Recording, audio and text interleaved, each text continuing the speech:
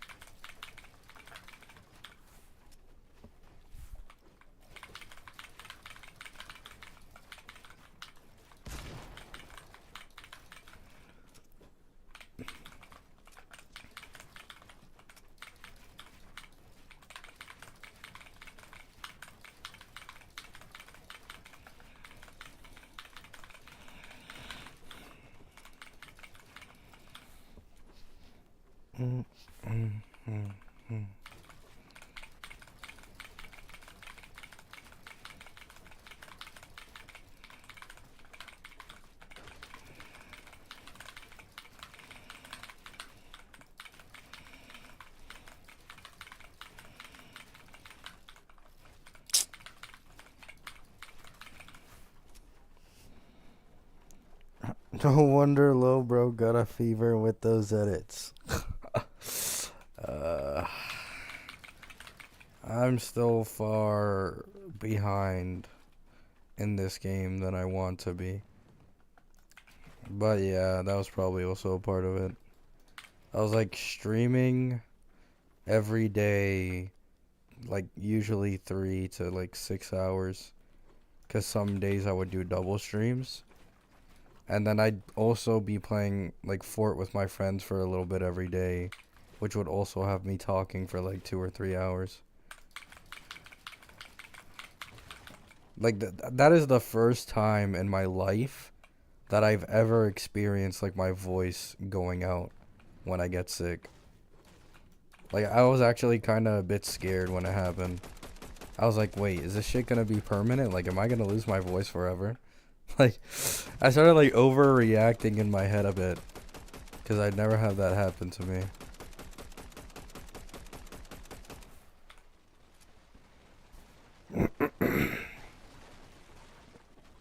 Yeah, I'm feeling better, Ozzy.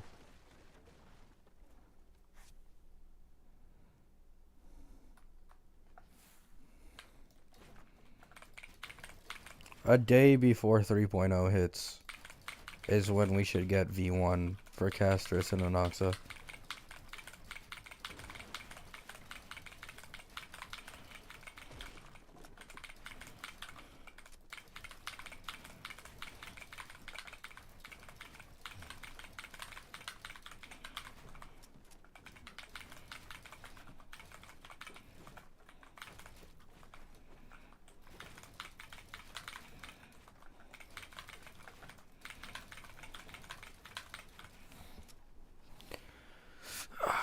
Let me move up my... so I can read chat better. That's way better. But yeah, V1 is usually a day before patch.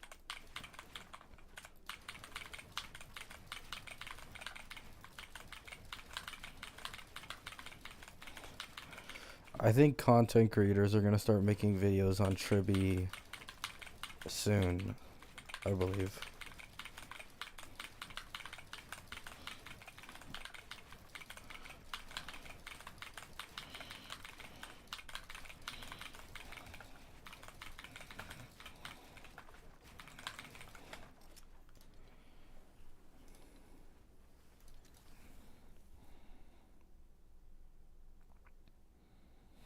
That would probably do the opposite, Sugar.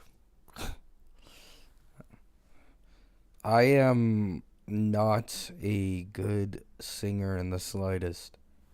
Because of, like, how my voice is. If I even try to make it, like, slightly higher, like, artificially, to, like, make a singing voice, like, it cracks even more.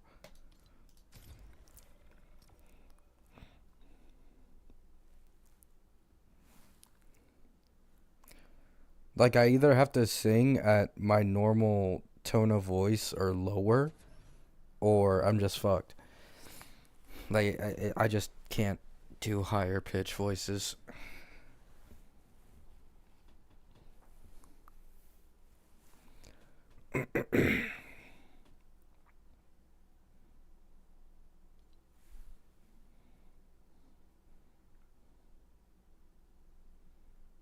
There aren't any new teammates for casters.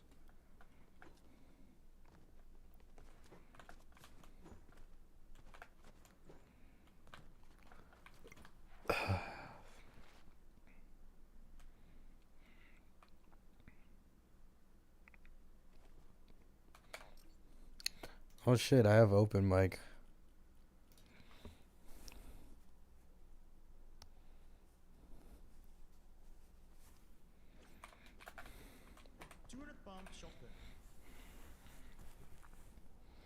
It's getting better? What's getting better?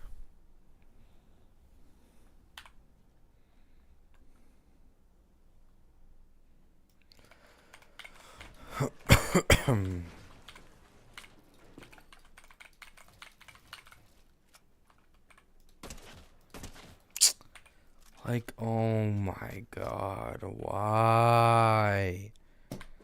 Like, why, man? Your voice? Yeah, it's already better.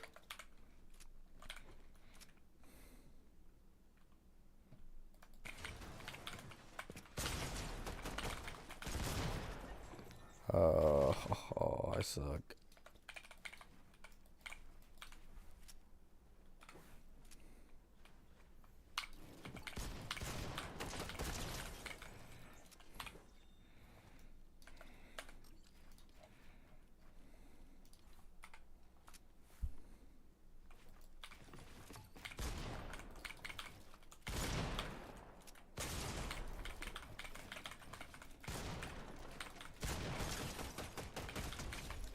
Like, what?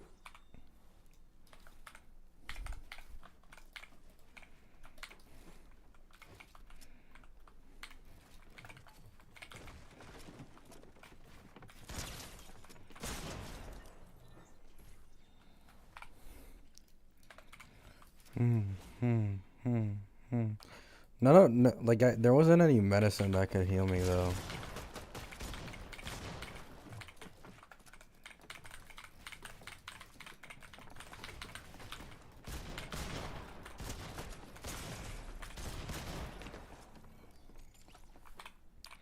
Like, I tried taking, like, 4 different medicines.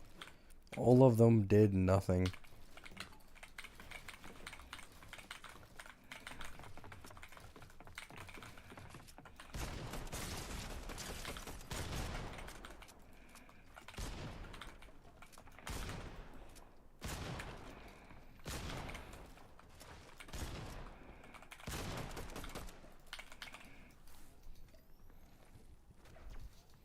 Hey, Sinful.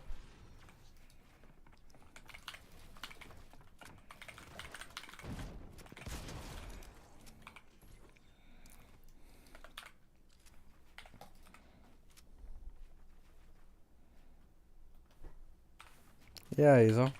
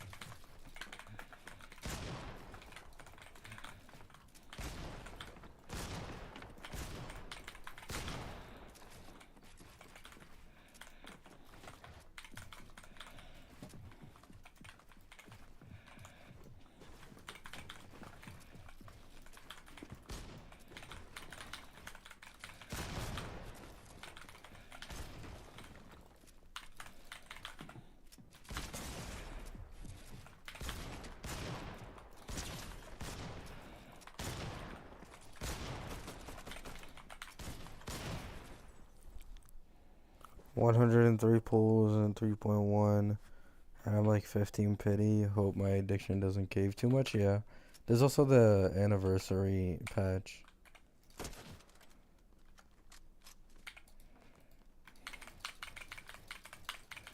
So there's quite a few pulls you can get.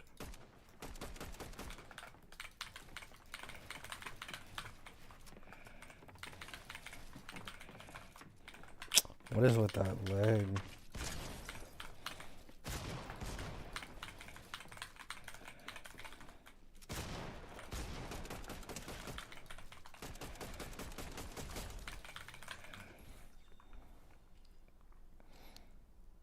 Live stream in 14 hours? Oh, really?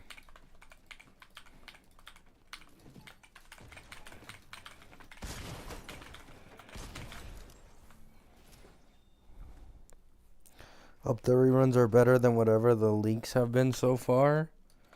I mean, Yun Li and Luocha makes sense, but I do think Zhao Qiu should get a rerun over Luocha.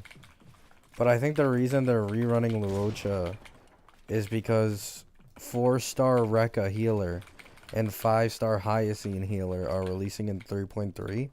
At least it's rumored. And so they're going to do another Jade situation where they want to sell Jade as best in slot for Herda just for a Noxa to release in a bit. And like there isn't any leaks currently for Noxa in terms of like actual gameplay. So like people who don't pay attention to leaks got scammed if they thought Jade was the best in slot.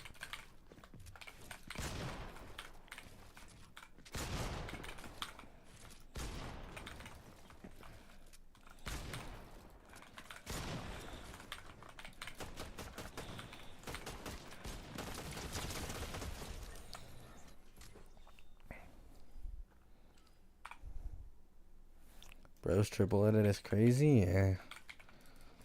But I don't feel like I'm good at this game at all.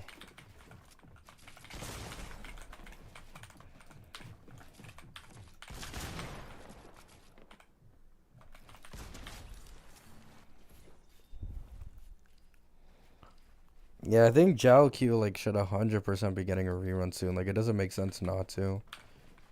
Like realistically, he should have reran in 2.6 or like 2.7 after like Acheron's thing.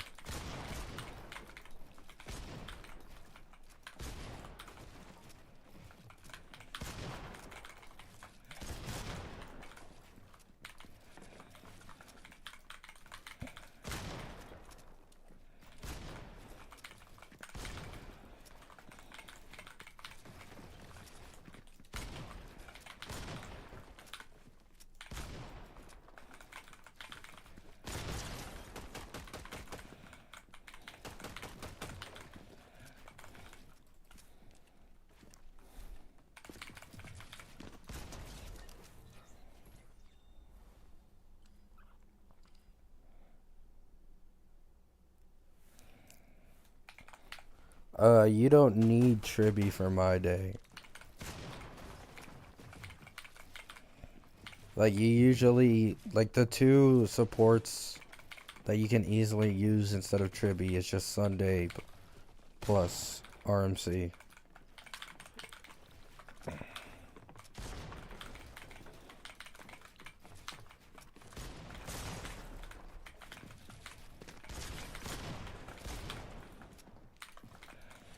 Oh.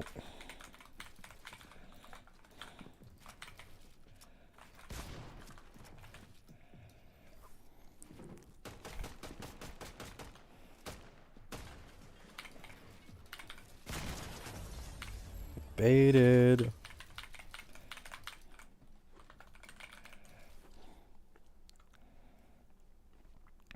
They should stick with triple banners for reruns at this point. I mean, that's the thing though. Like, they haven't confirmed that, right? Like, this was the main issue I brought up with the triple rerun banners, where like people who couldn't think far ahead enough were like, "Oh, triple rerun banners are good no matter what." It's like, no, they aren't, because now you can literally never predict how early a character is going to rerun, so you might not even be able to plan your polls to get their rerun. So if they're on a triple rerun banner way too early, or on a triple rerun banner with another character you need for one of the comps on your account, then you're not able to afford them, and then they're probably going to take even longer to rerun again, right? Because characters always take way longer to rerun on their second rerun than their first one, unless you're Robin, right? Harmonies are completely a different story. So non-consistent triple rerun banners are genuinely bad. Like, unless you have the currency to pull on multiple characters at once, or you don't need to worry about pulling any of the characters. However, that's like incredibly situational.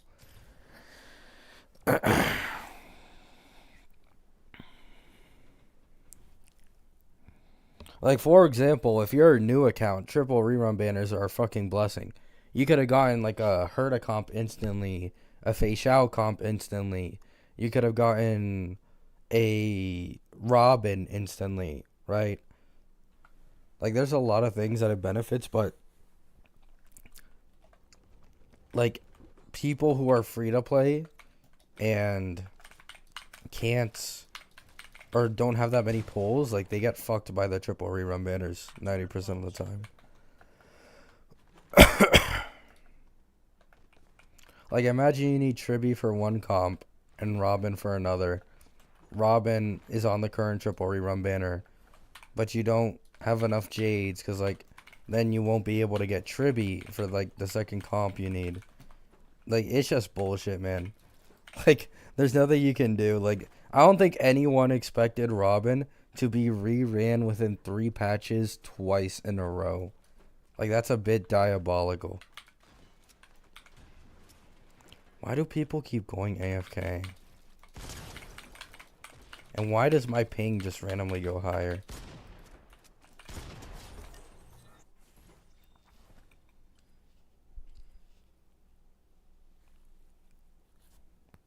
Yeah, like I've already said it before, if the triple rerun banners were a consistent thing, like it was confirmed every single patch we're getting triple rerun banners, or even just like double rerun banners, then it's genuinely like a W. It's a good thing. But if it's inconsistent as shit and they only do it when they want to like milk a certain unit that they know is selling really well, then it fucks over like a lot of people.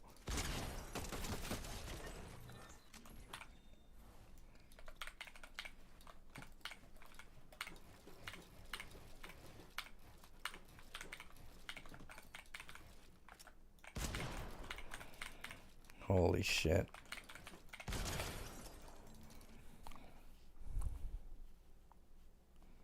Just don't be greedy and stupid, yeah. I think at the end of the day, my main issue with the gachas is just like time gated. You know what I'm saying? Like, if you could spend your pulls, like there was a banner with every single limited unit in the game, and you could spend your pulls at any time for any character you needed, like, this wouldn't even be a conversation. But everything in these gacha games has to be time gated, so what are you gonna do about it, right? Like, I would not feel good if, let's say, I pulled Rappa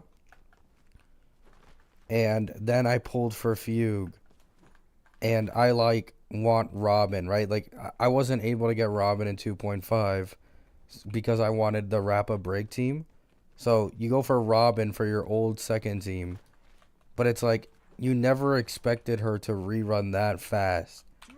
Like, in all likelihood, Robin's next most likely rerun would have been 3.1 or 3.2. Like, that's when she should have gone a rerun. And Ruan Mei should have already gotten her second rerun. Because 2.6 was like, or 2.6/2.7 was like break shill. Like, Ruan Mei should have gotten a rerun somewhere between those patches, and she didn't. So if you don't have Ruan Mei, it's like, what the fuck? Like, why are we rerunning Robin this much, but not rerunning Ruan Mei when we're selling break units? Like, it doesn't make any sense.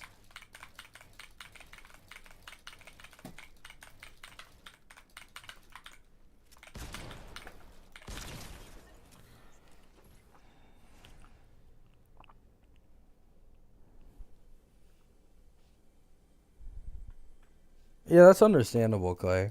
The only reason, like, why does everybody keep going AFK, man? Oh my god.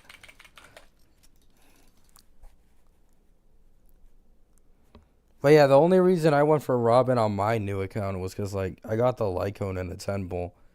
So at that point, it's like, I'll just use her with, like, some type of attack scaling DPS in the future. I don't know who. Maybe Phanon? Maybe, the rumored Dot character. I don't remember her name. Heislands. Maybe that one. Because Dot characters usually benefit from attack quite a bit. Like, whoever my E1S1 Robin works for on my Rob account is who I'll put that Robin with. Yeah, exactly. Like, this is the issue. Like, you just cannot predict reruns anymore. It used to be very easy to predict reruns. It was like every single character usually reruns within 3 to 5 patches, right? You give them 3 to 5 patches, and on their second rerun, usually like 5, if not more, patches, right? Like, that's the average. But that is no longer the case anymore. Like, you can't predict reruns anymore because of triple rerun banners.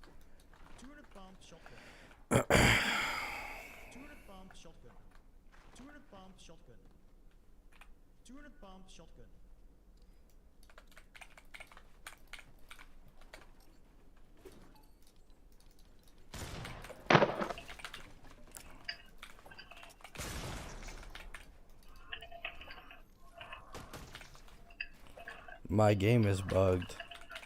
I can't hear him. Or he's not showing up on my thing.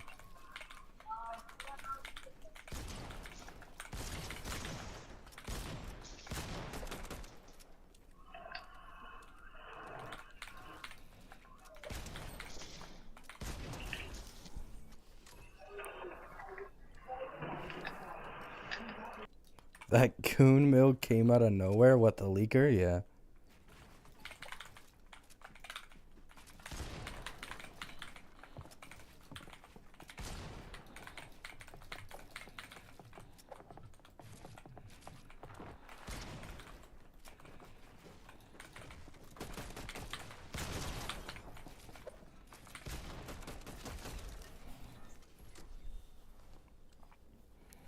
Dr. Ratio never had a rerun to just to get power crept? Yeah. Like, there are some characters that don't even get reruns at all to begin with.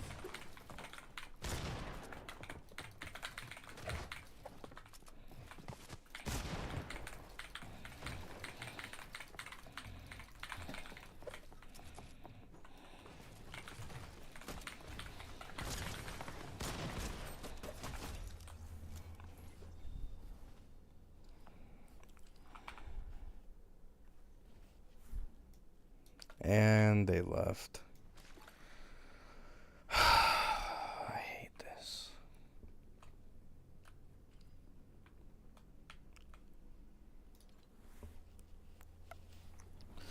Seal dead in a ditch with castor oil coming? Yup. Basically.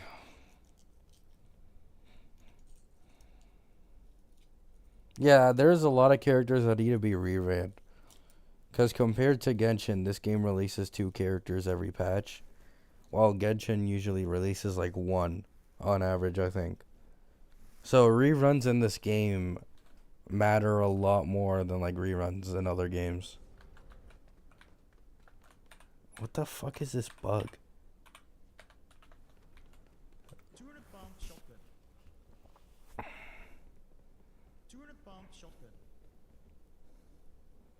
It just isn't true, bullets. Like, I just don't care. It just isn't true.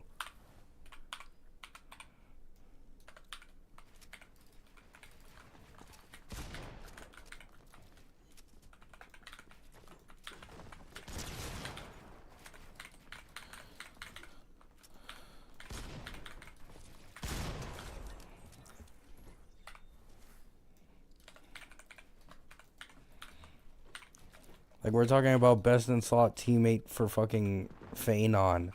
When the only thing we know about Hyacine, who's in 3.3, is that she has a white horse. Like, it's just bullshit.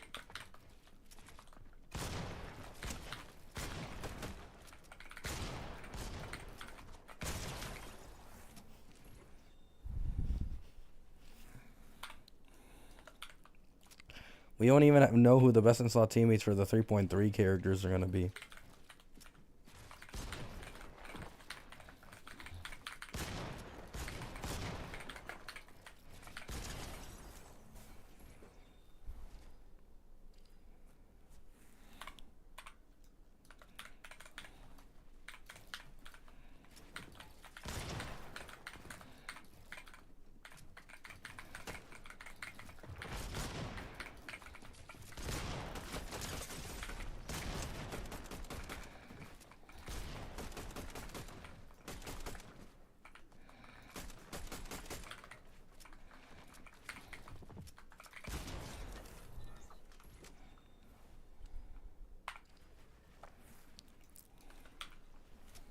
Oh yeah, Celestial. That's a big reason why the power creep happens so quickly.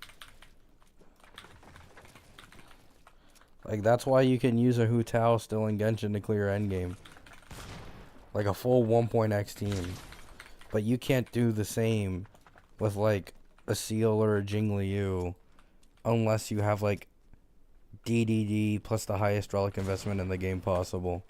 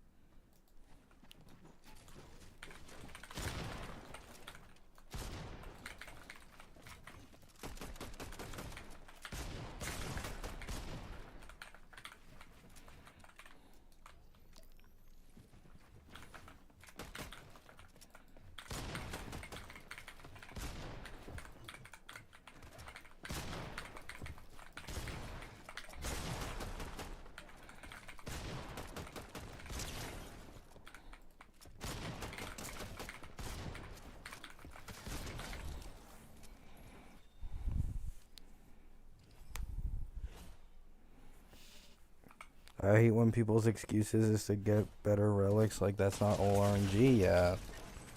I'm not gonna lie. When it comes to, like, big creators, right? There's a lot of things where I fully understand them, like, kind of, like, in a way, cheating, right? It's not really cheating, because they're busier in life and they're content creators. But, like, they'll usually have some type of system set up that makes playing gacha games significantly easier for them. Executive account managers farming relics for certain creators without them ever having to touch the game is genuinely like an insane advantage.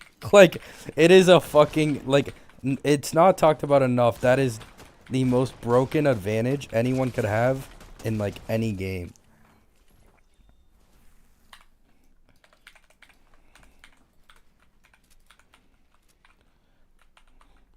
Like, you literally have perfect relic and, like, investment.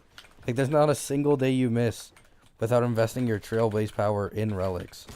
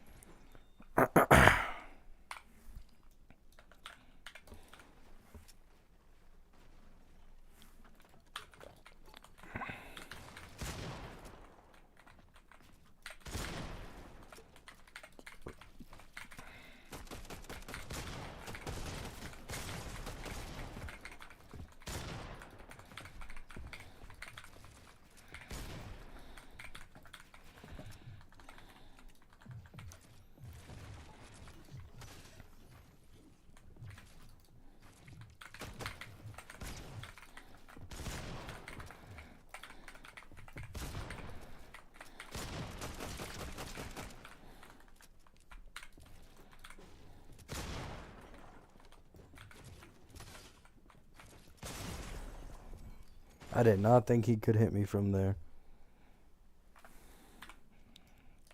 If Casterus needs my day, I'm skipping. I mean, maybe.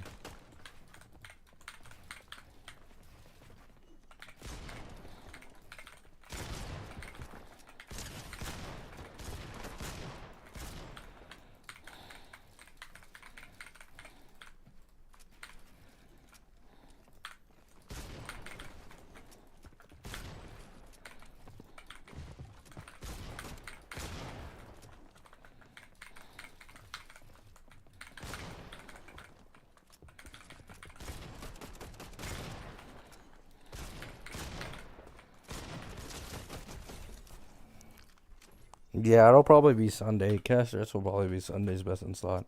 Or sorry, the opposite. Sunday will be Casterus's best in slot. Unless they actually force that fucking special energy system for her. But even then,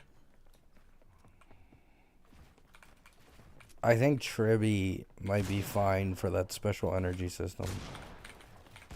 But yeah, you might have to end up pulling one of them at least.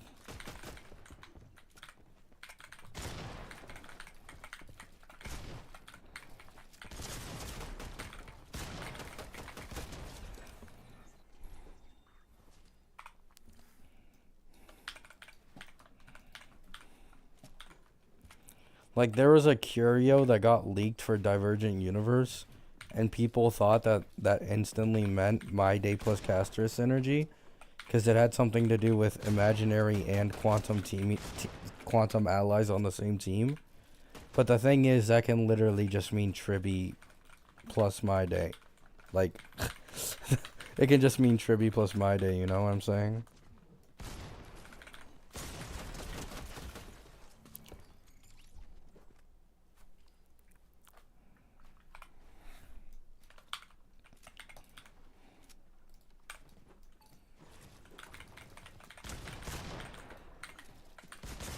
I'm so bad. Like, how am I that bad at this game? It's so embarrassing.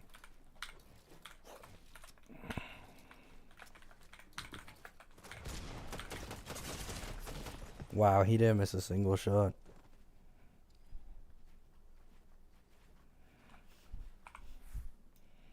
Phanon should be 3.4.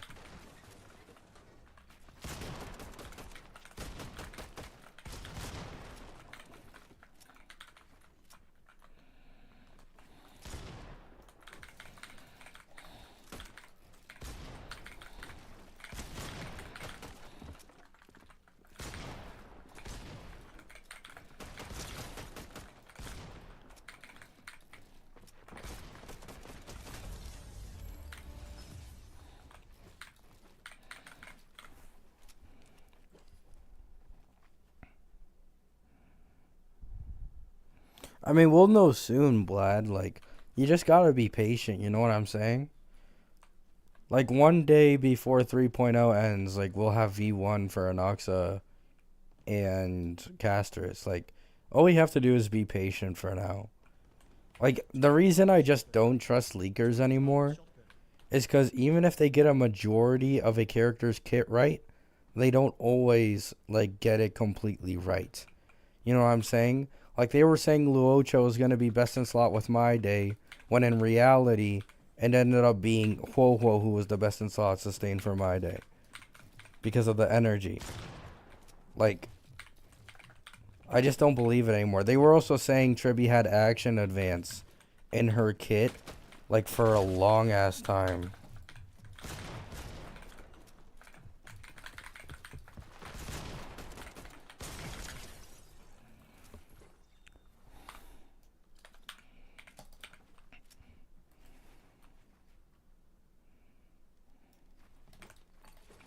They also said My Day was going to have 25,000 health.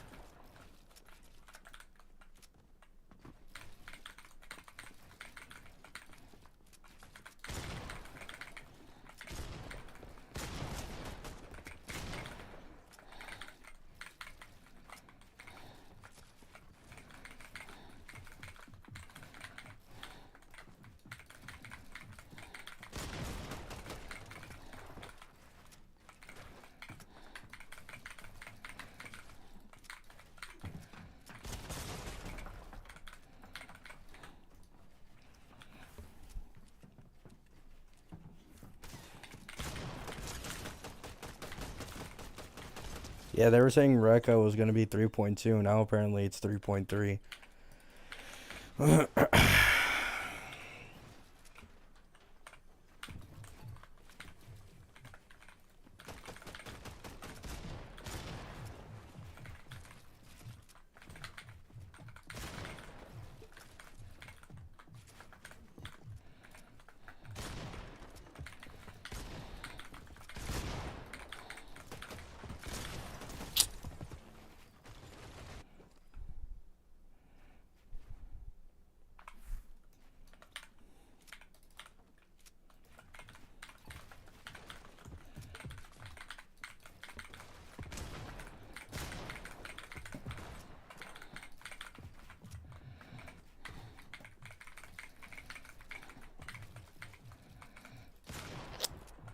I'm moving like a grandma right now.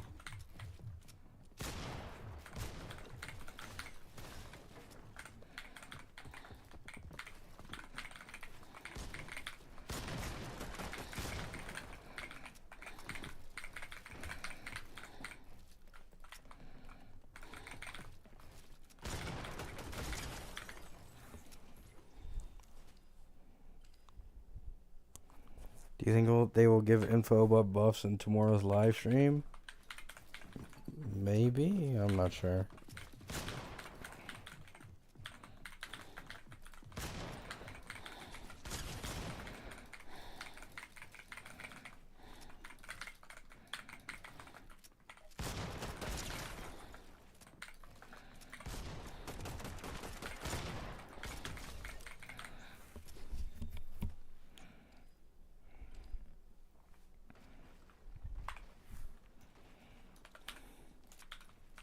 I don't think Anoxa's element change was because of people complaining about imaginary men. Because, like, even the gameplay leaks that we got, like, a little bit earlier, of Anoxa supposedly, like, story fight, where he helps us. Oh my god. But, like, even in that fight, his attacks were, like, green. Like, his animations were fully green. So, I think it was always meant to be wind.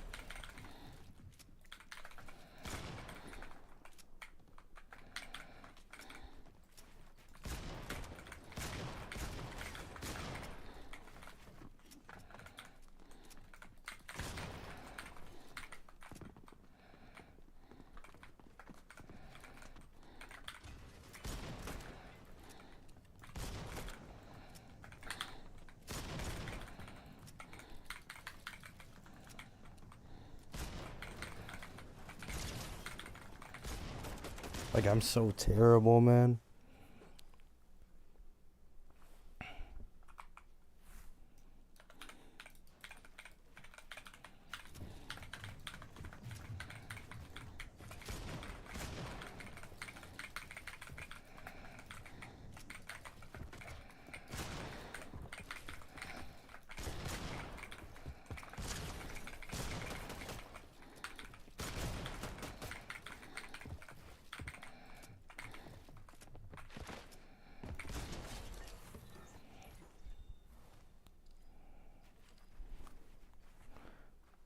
Phanon links were pretty nuts. Yeah, Phanon seems pretty interesting.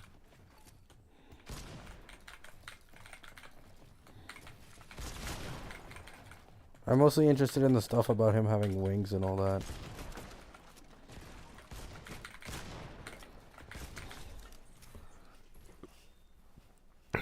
You are not Goat Mario. I try.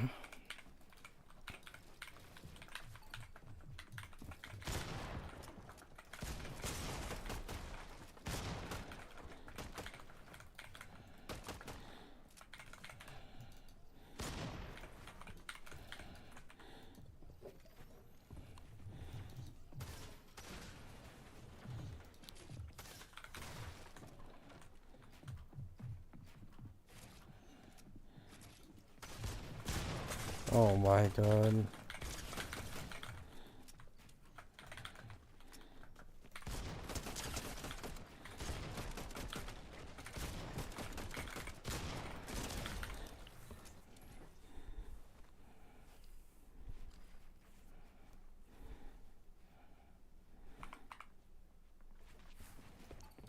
I'm not gonna lie, guys. If no one's gonna tell you it, I'm gonna tell you it, okay? Enough with the blade cope. It doesn't matter if Phanon ends up being an emanator of destruction. Blade just isn't gonna fit in there. Why the fuck would you ever put Blade instead of another Harmony? Like, let's just give up the blade cope, guys, please.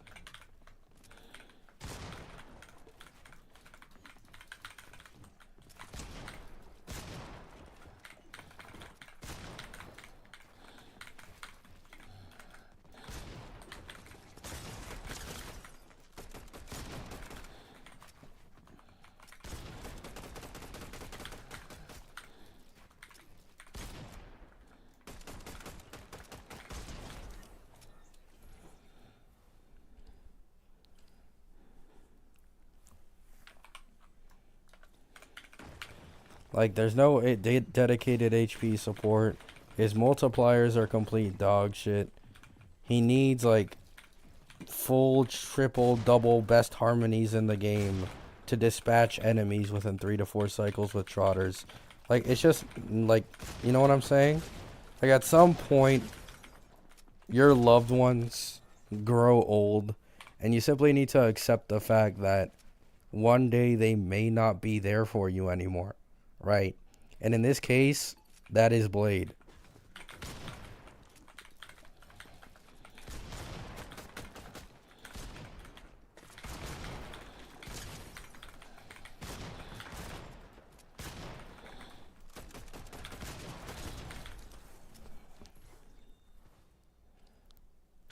Yeah, literally the only thing that can save Blade currently is the older characters getting buffed. Like that's literally it. Like he's just that atrocious. Like there's always that one crowd of people that are like, "Oh, but he can still clear in 8 cycles with the most premium supports in the game," as if anyone's putting the most premium supports in the game on their Blade. Like let's all be honest here, man. Take those premium supports out. He's not doing too hot.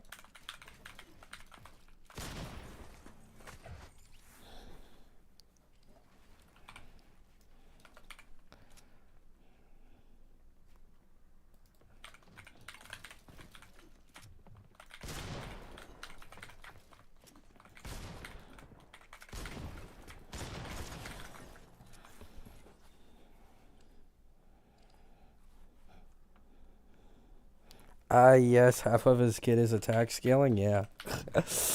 uh...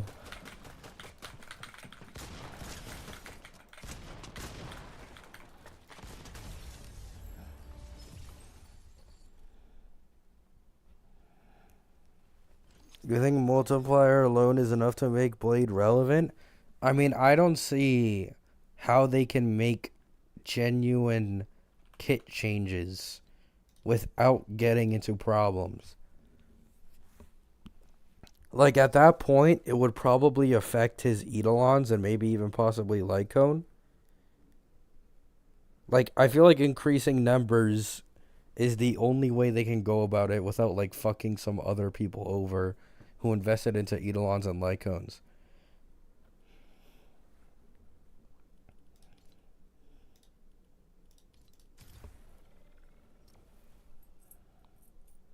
Goodbye, Sinful. Thanks for stopping by. Wish you luck in school. Yeah, you can make anyone viable with high enough multipliers. That's why I'm iffy on the buffs. It's like, the only thing I really see them buffing is, like, straight up numbers. Not actual kit changes.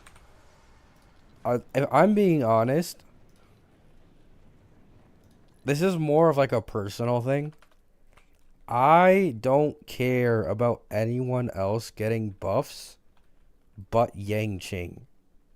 Yangqing is the only 5-star DPS in the game that I feel like genuinely needs actual, like, a kit rework to clear anything in this game at all. Like, to just be able to clear anything. He is the one who needs the biggest rework.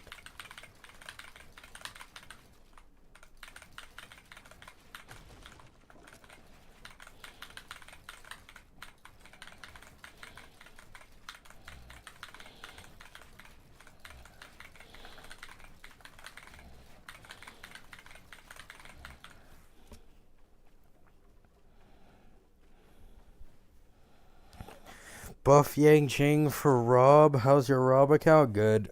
I got Robin's Traces to 8. And I got Gallagher to level 80 or level 70 today. And I'm on Trailblaze level 54.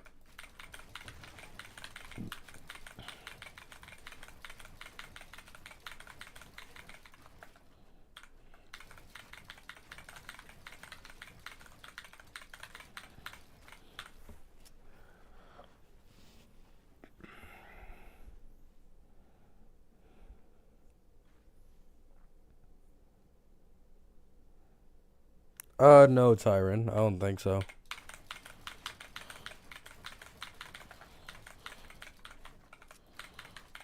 That would be too complicated, probably.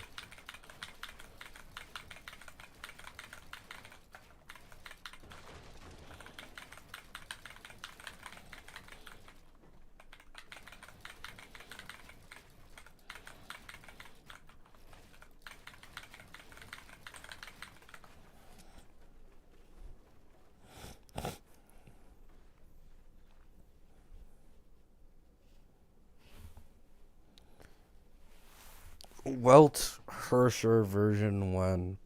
I think Welt down the line will probably get a limited version. Like, I don't think that's crazy to say anymore. With them making like Dawn Hung variants, March variants, they might make a Himiko variant, but like they also made a Ting Yun variant. Like, they've showed that they don't really care about making variants for the main characters of the story. So I do think at some point later down the line, we'll probably get a limited Welt. Like, it wouldn't be surprising in the slightest. When it happens, who fucking knows? But it probably will happen.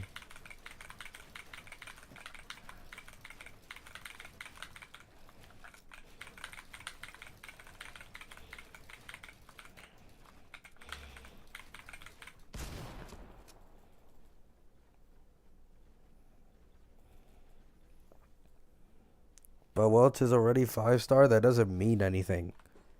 Dill is already a limited 5-star, and he's getting another 5-star version as a preservation unit alongside Phanon, according to the leakers. It doesn't matter if there's already a 5-star version.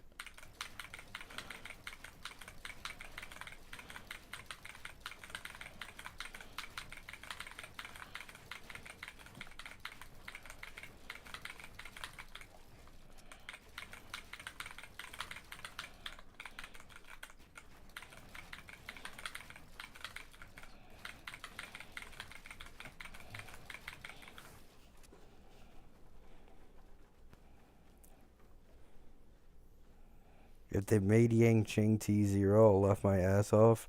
The character that people poke fun of to becoming the biggest Chad. I mean, there's no way he could become T0, though. Like, no matter the buffs, he's like a shitty-ass hunk character without follow-up. So, he doesn't even have the saving grace of follow-up to, like, kind of carry him through pure fiction. But if I had to guess with the buffs, he'll probably be, like, if they were to buff him, like, tier 1.5 or some shit. Like, he'd still not be the best, but, like, tier 1.5 to tier 2 is, like, Jing Liu / Dill level currently at E0S0. Like, that's where they actually should be. Will he get that buffed? Probably not, but that is where he should be.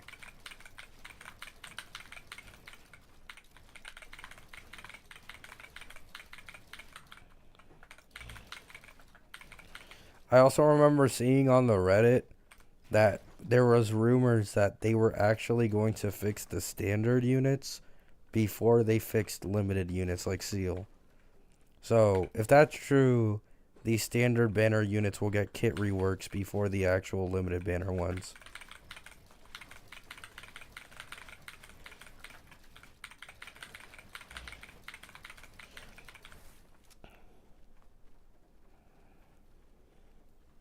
Do you think they would buff Bronya at all? No. I legit don't think they have any reason to buff Bronya. Like, they definitely could. It's not difficult to make Bronya better. You just make her buffs last 2 turns. And it makes a huge fucking difference in playing her.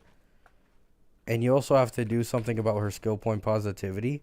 But, like, they'll probably, like, not do anything about that. And be like, hey, just get her E1 or E2 off the standard banner. Or get the light cone. You know what I'm saying? But I think the one buff that would genuinely be, like, significant enough that isn't, like, too much would be just making her buffs last longer.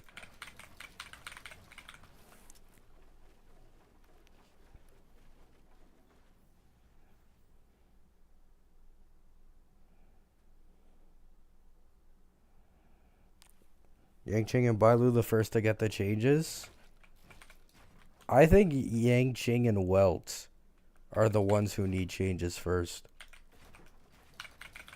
Because at the end of the day, Bailu is a sustain. And in most cases, she will sustain your team just fine. Is it worse than Gallagher and some 4-star healers? Yes, right? But she can still sustain just fine. Welt and Yangqing cannot DPS just fine at all. Like, it's genuinely so fucking dog shit.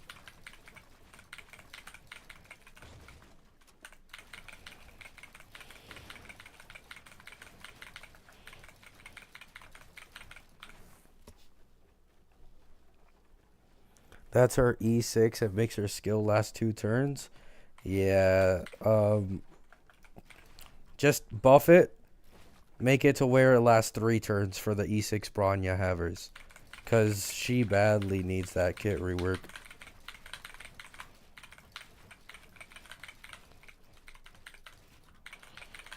Or maybe like 2.5 turns or some shit.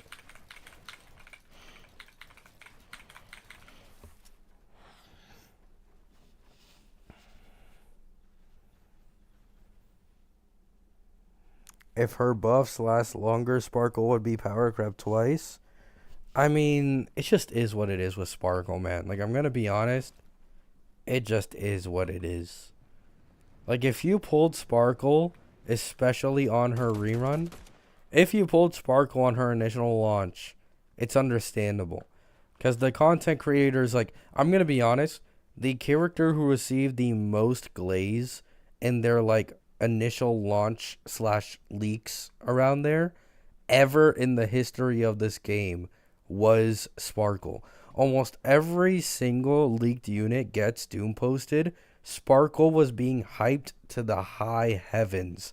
And content creators were saying that she was like the future of the meta. So it's completely understandable if you pulled for her on the initial rerun. Now, if we're talking about if you pulled for her on a rerun, you might be smooth-brained, right? I don't have a face cam, so you can't even see the expression I just made while saying that, but you might just be smooth-brained if you pulled for her on a rerun.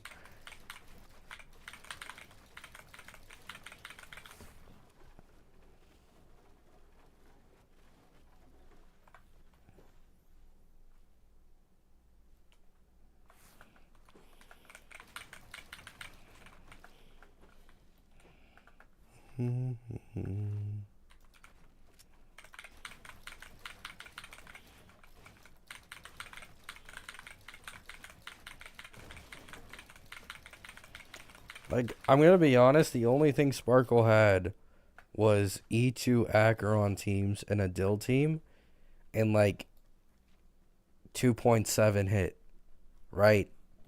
2.7 hit. That's all I have to say. I don't have to say anything else. 2.7 hit, and a certain character simply did it better. That's all there is to it, man.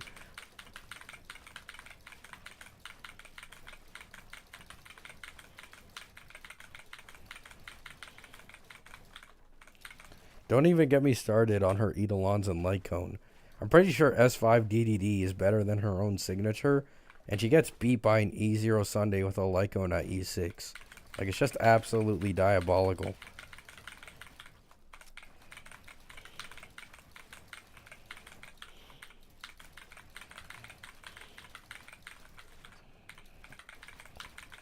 Like, imagine your one E6 Harmony on your account being Sparkle. Like, you could have gotten E6 May, you could have gotten E6 Robin, you could have gotten E6 Sunday, you could have gotten E6 Tribby.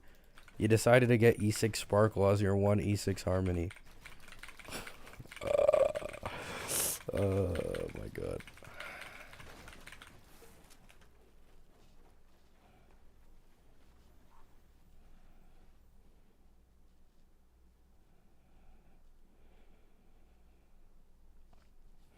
E6 Xiaoqiu is a better Harmony than Sparkle? Yeah, that too.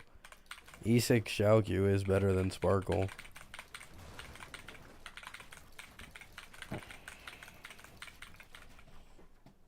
It just is what it is, man. Like, what are you gonna do about it? Huh? You couldn't see into the future and see Sunday in 2.7 completely power creeping her in every single best in slot team she had? You couldn't see that far? Oh. You're stupid.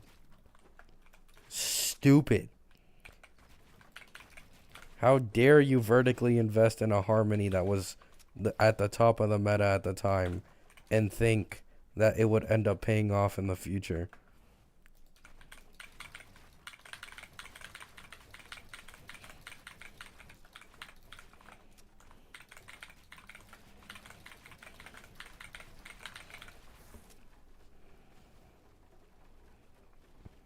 And Greedy, don't forget about Greedy, yeah. By the way, no one take this seriously. I do not hate Mr. Pokey.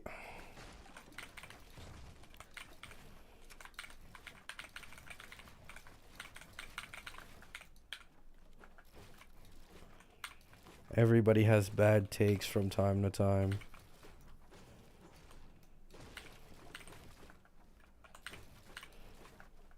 Huh? Oh.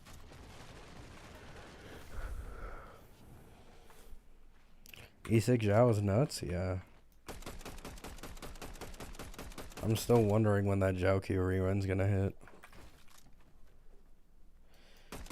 For all the stupid and greedy players that did not pull Zhao Q, I honestly thought they would have reran him by now.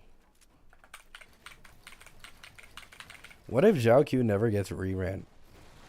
Like, I know it's like just a hypothetical, but what if like Zhao Q's the next seal and he just never gets reran?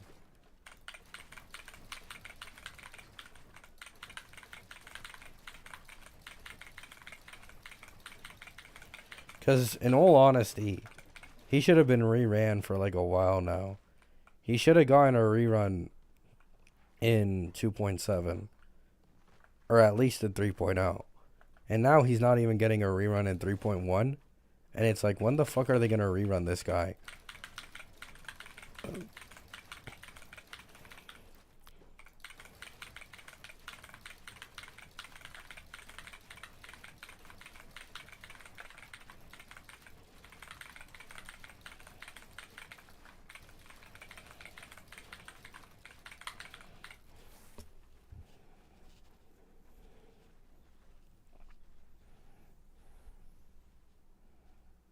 Hoyo proved Mr. Pokey wrong? I mean, yeah, basically.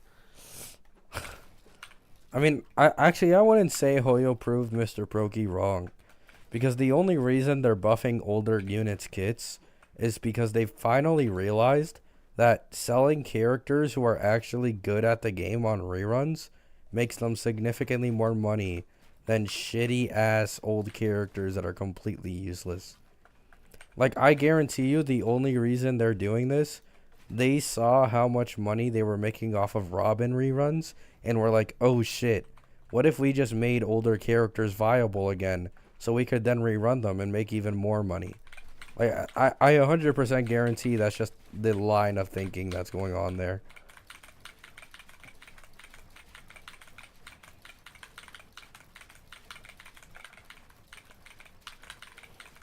And people are finally realizing that bullshit thing about, oh, it's the player's fault for not pulling on shitty ass characters that they keep making power creep meta units. Yet, it's very obviously shown that if a character is just good at all on their rerun, even if they're not the best, people will pull for them.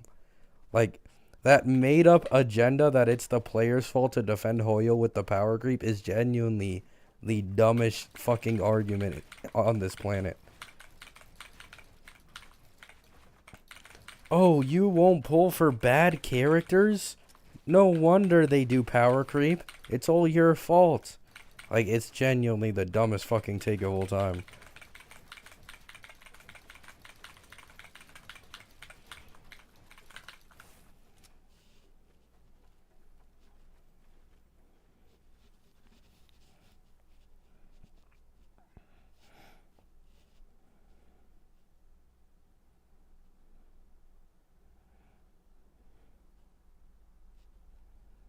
No, I agree, Azo. I agree. I don't know why you deleted your messages. Like, I don't know if you thought I was going to get mad or you did by accident. But I agree. I've said this before. I think slow but steady power creep is genuinely fine. Like, if you look at Genshin, Genshin is a good example of this. Genshin has slow and steady power creep. Hu Tao is worse than a lot of the newer characters in the game, but she can still clear endgame like just fine with like a good team, right? Like a decent team. Olam, C0, I think R0 or R1, right? And Hu Tao is literally older than Honkai Star Rail itself. You know what I'm saying? Yet she can clear with like a 1.x Genshin team from Leeway. Like she can still clear endgame with a minute left on the timer for Spiral Abyss. Like that's what I want in Honkai Star Rail. Like yes, you can add power creep. Yes, you can make newer characters stronger. But don't make it like this fucking fast. You know what I'm saying? Like, if you were to look at Don Hung, right, Dill in 2.0 was the strongest DPS in the game. And I believe he was T0 in MOC. And, yeah, back then we only had MOC and PF, I think. So, he was T0 in MOC, I think alongside Jing Liu in 2.0 because of Sparkle. Dill is now like T1.5 or tier 2 in MOC, I think. And I'm not even sure if he's top 10 DPSs in the game anymore. Like, that's literally less than a year, guys. It's been less than a year. And he's gone from the number 1 DPS in the game to arguably like not even top 10. Like, that is absolutely insane.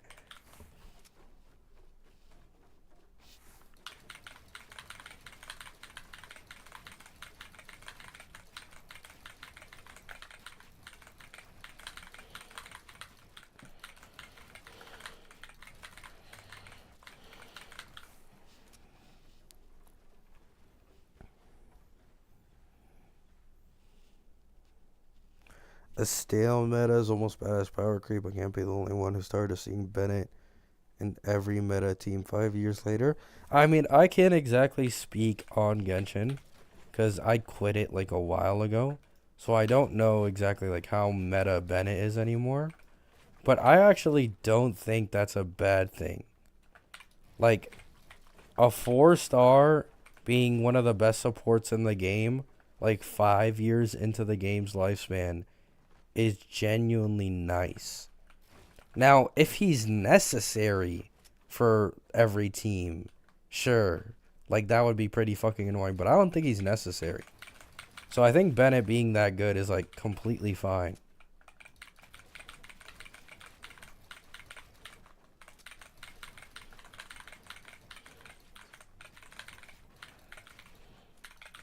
Like, the closest thing we have to a Bennett in this game, or in Honkai Star Rail, is, like, Gallagher, probably.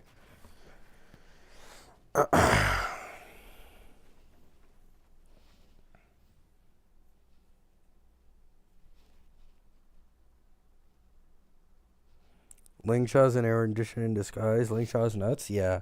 Lingsha is, like, in my opinion, Lingsha is the most underrated character in the game.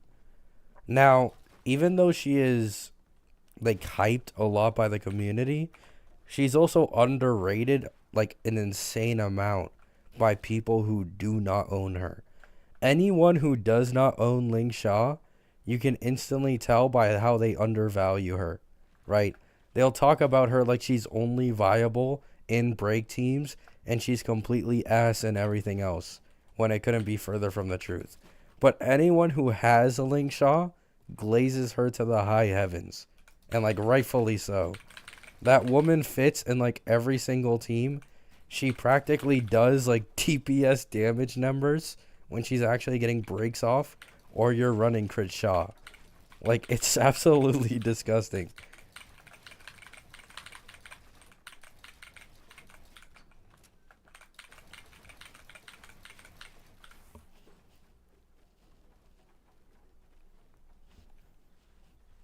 I saw Bennett soloing the Abyss, really? That's insane.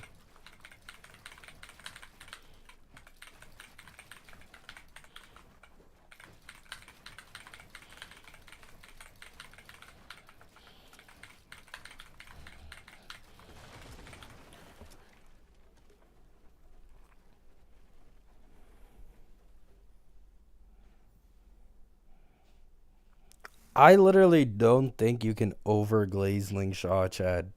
Like, I don't think it's even possible to overglaze her.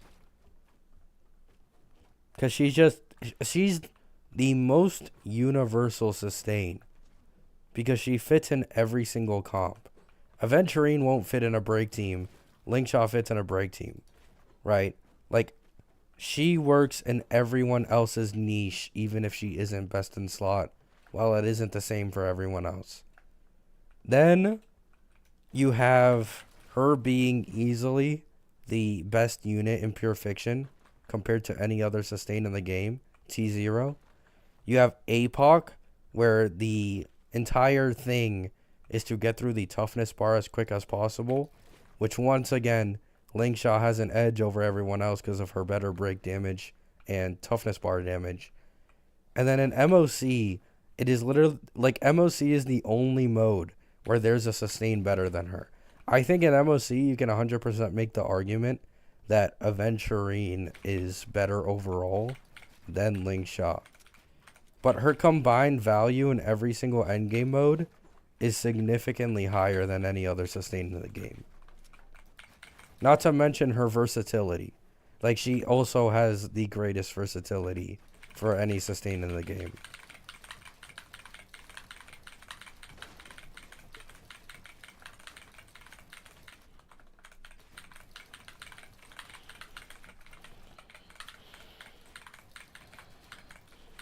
Like, you know something's gone awry when Lingsha, like, hyper carry teams in pure fiction have a higher score than Firefly. Like, that is a literal break DPS losing to a sustain in pure fiction score.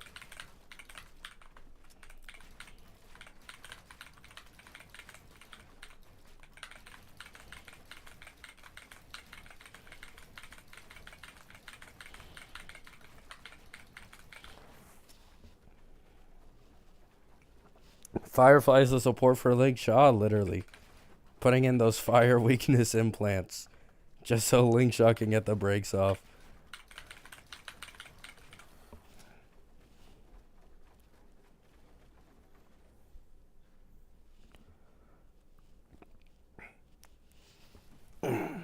Yeah, Diogo.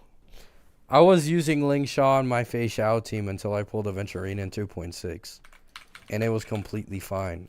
Now, yes, Aventurine is obviously a significant upgrade. However, still performs completely fine. Especially back then, because Fei Xiao's patch, after Fei Xiao's patch was when the MOC HP inflation started spiking. So, not having Aventurine on her patch when the MOC was still like 6 or 7 million HP total, like, it was a breeze, even without Aventurine.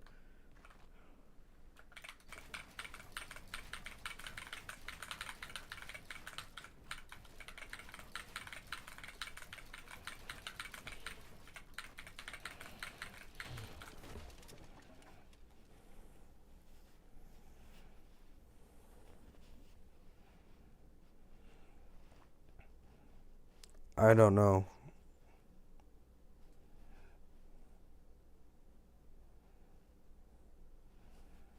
Yeah, Didia. You'd probably need E1 Fugue to make Firefly a lot better in pure fiction. But, like, at that point, right, you have to compare her to other characters with E1 Fugue. And if we're all being honest, once again, Lingsha or Rappa will probably beat Firefly in pure fiction with an E1 Fugue.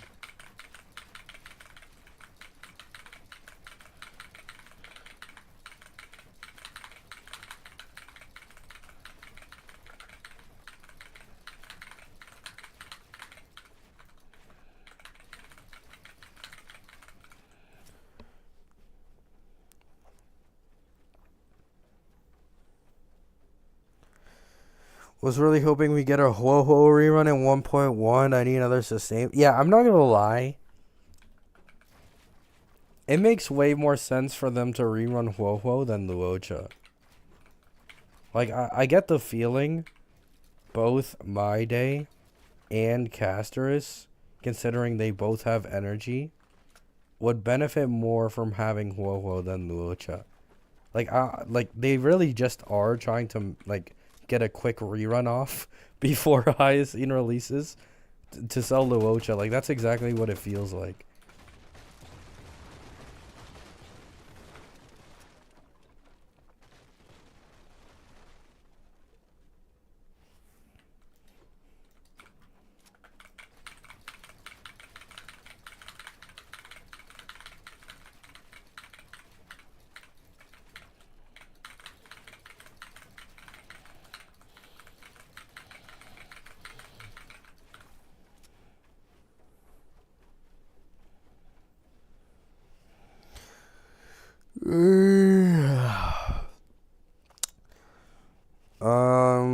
Probably K70, but I don't know.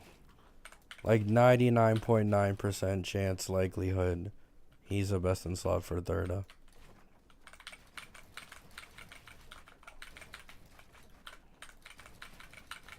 I was low-key thinking about maybe skipping Tribby on Rob.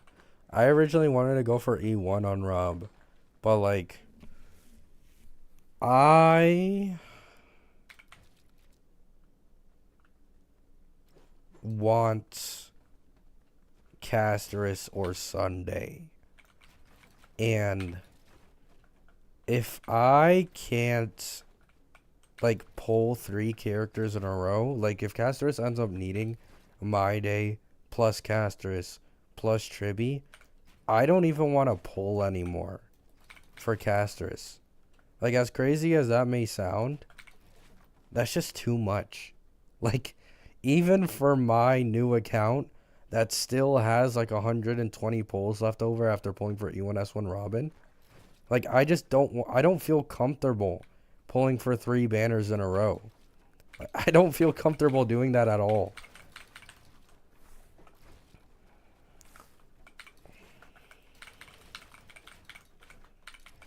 Like in all likelihood, you know what I could do on Rob that I think I've talked about before? Hyper carry Anoxa. That's genuinely something I could probably do on Rob. Because Anoxa is attack scaling.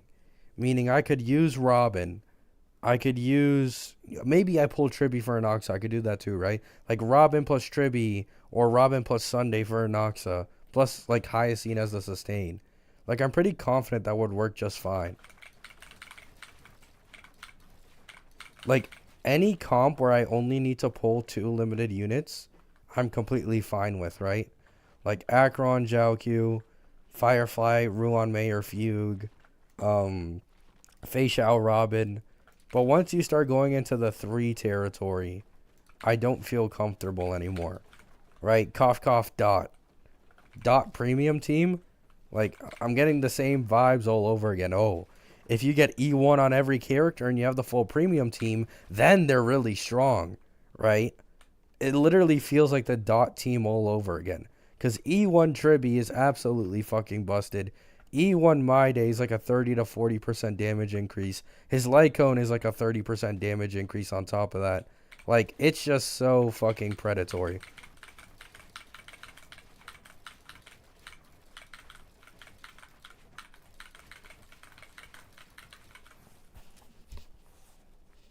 Yeah, 3 in a row is what makes it the worst. Like, this isn't like, okay, you have to pull 3 characters a patch in a row, right? Like, 1 character in 3.0, 1 character in 3.1, 3.2. No, no, no, no, no. This is banner after banner after banner. Like, it legit isn't even possible to get a guaranteed 5-star for every single banner if you pull like that as a free to play. I don't even think you can do it as a low spender. Like, it's genuinely impossible to guarantee a 5-star. Like, not even limited, but just a 5-star.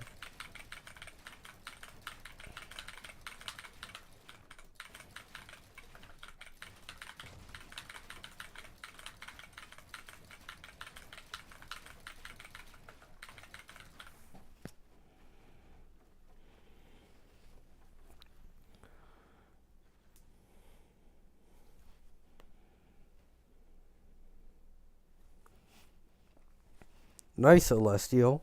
I wouldn't recommend going for My Day E2.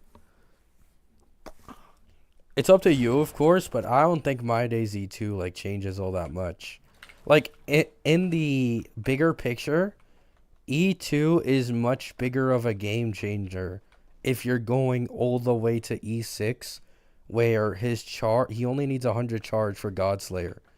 But if you're not planning to go for E6 in the future, E1 is like all you need plus Lycone. That's like his most optimal, I'd say.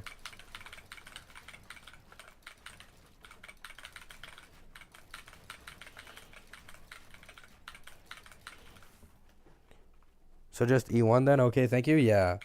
Like if you really want to go for E2, but like I'm obviously recommending not to do it, Tribby's Lycone would probably be more worth it over like My Day E2 if that's somewhere we want to spend it.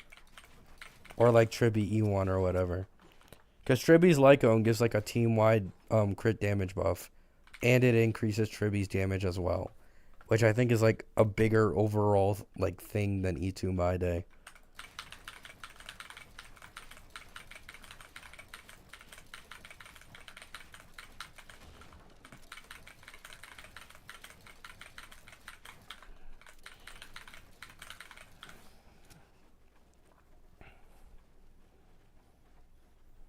Oh yeah, you don't need Tribby at all for My Day.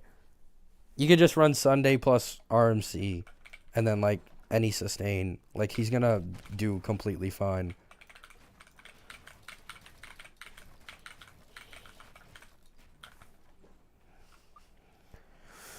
I wonder who will end up having more value for Herda, Tribby or Anoxa?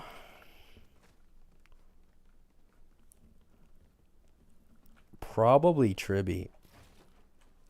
Because of the follow-ups regenning more ER and her being more skill point positive.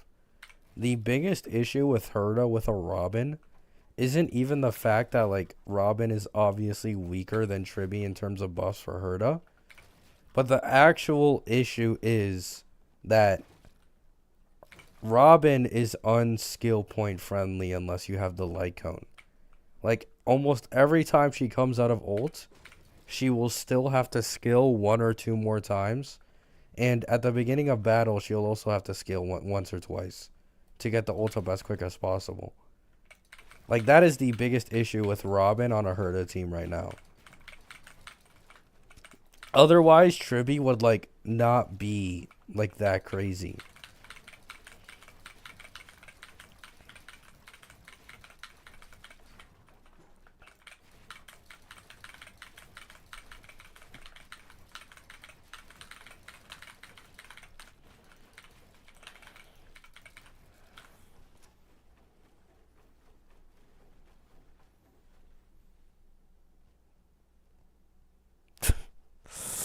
Okay, Celestial, okay, I understand.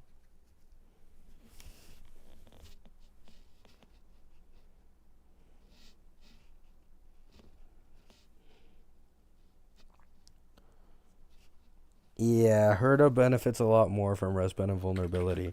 Like, I'm pretty sure there's a video out there where, like, an E1 S1 Robin, I think, loses to an E0 S1 Tribby for Herda. So, even if you use E1 S1 Robin, still worse than E0 Tribby.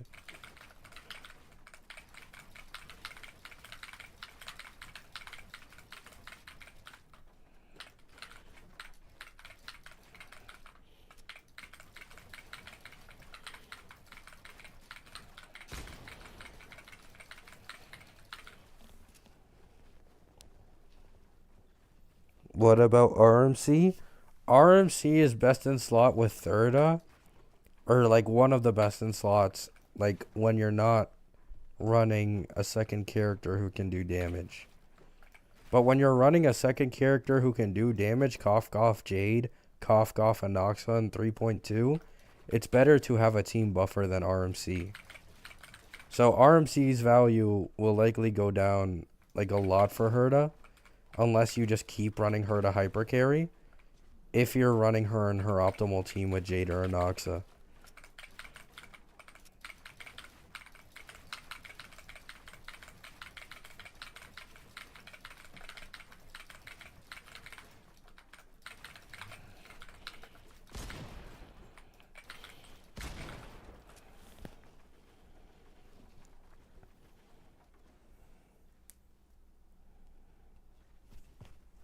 Will Herda and Anoxa work without Tribi?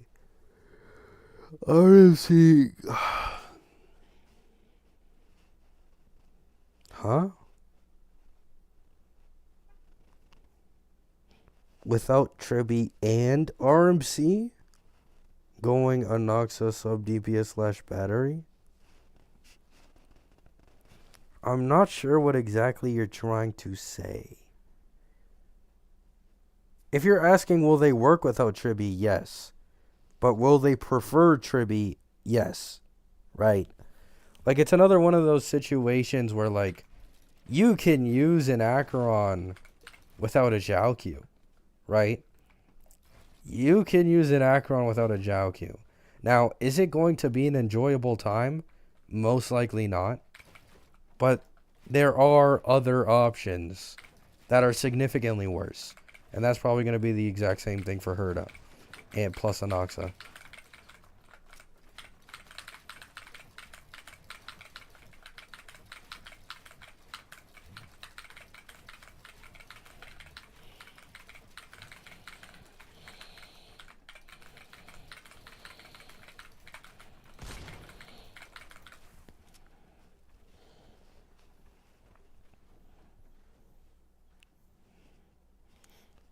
I can confirm Acheron with no Zhao Q is a miserable experience. Yeah, there you go.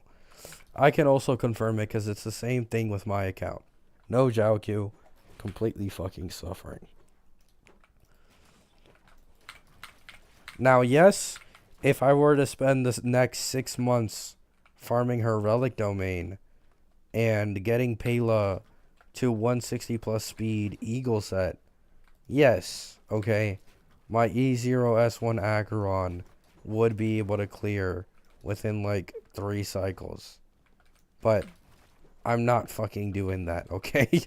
I am not doing that.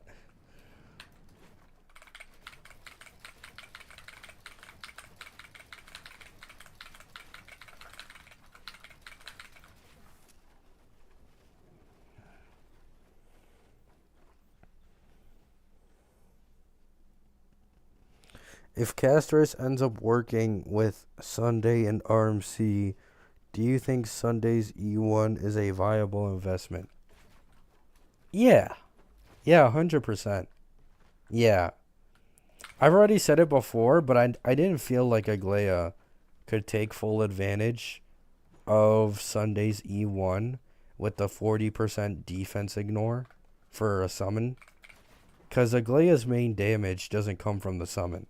But according to leakers, Castris' main damage should come from her Memo Spray, like the dragon. So, if that ends up being the case, E1 Sunday with that 40% defense shred would probably be quite significant, right? Like, it'd probably be a huge, like, addition.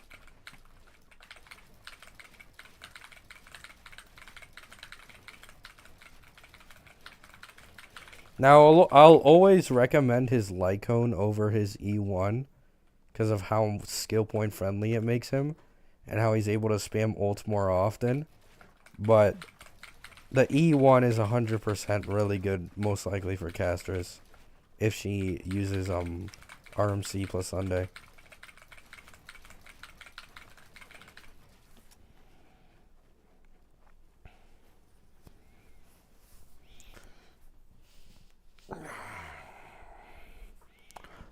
Yes, that's what's recommended, Shirayuki. E0 S0 Tribi, it simply isn't worth it to run her slow because you could sometimes have ult uptime issues. Like, if you're outside of a Herda team, usually in a Herda team, it isn't that big of a deal because, like, multiple characters on that team are AoE. So you're regenerating the max energy possible for Tribi. But, like, Blast and lower characters, like Blast and single target, you usually want to run, like, Eagle Tribi to just take as many turns as possible and regen energy as much as possible for Herda.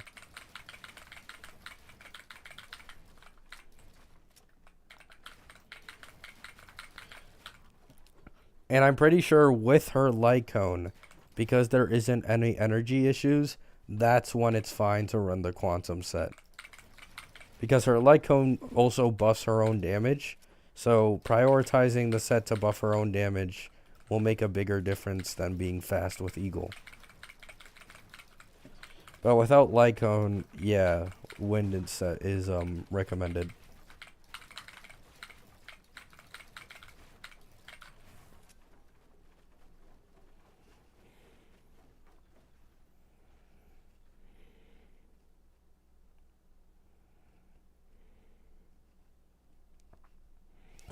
Do you think E1 Tribby is a worthwhile investment? Yes. E1 Tribby is still the most broken E1 in the game. At E1 S1 Acheron, the most useless E1 in the game? Yeah. Acheron's E1 is literally just a stat stick. Like, you get 18% more crit rate. So, it just makes up for, like, shitty relics, basically. Like, that's really all it does. It's like, if you have shitty relics, it doesn't matter as much with the E1. That's basically it.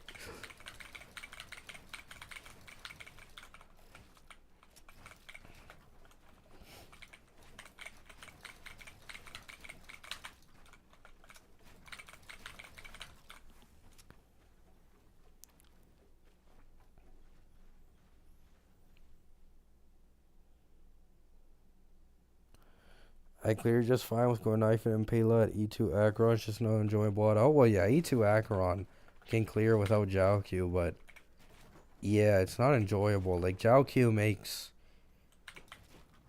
makes a massive difference for Acheron.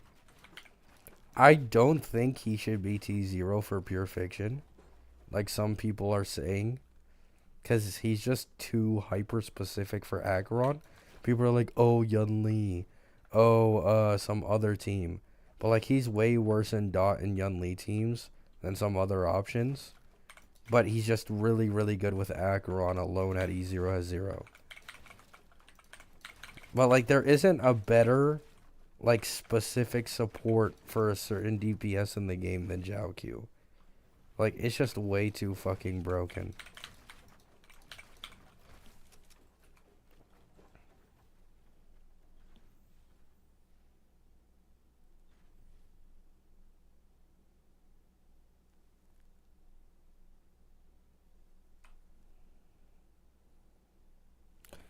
Latest pure fiction saw huge score decreases for some characters, yeah.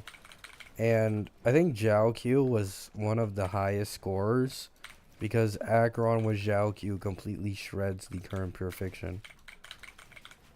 Acheron always has a lower score than Jiaoqiu because a lot of people don't own Jiaoqiu, making her overall score worse. But anyone with a Jiaoqiu, like most of them max cleared pure fiction.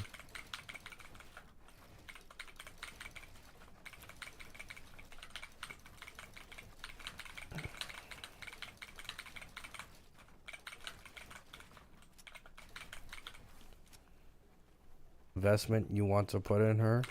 I don't know what teams or characters you're interested in that could possibly take advantage of her. She's good at E0. She's not a bad Harmony like people try to make her out to be. She is genuinely a really good Harmony. It's just that there are a lot of teams that could benefit from other supports more. And she wouldn't be a best in slot. You know what I'm saying? Like, it just matters, like, depending on who you want to pull for and stuff.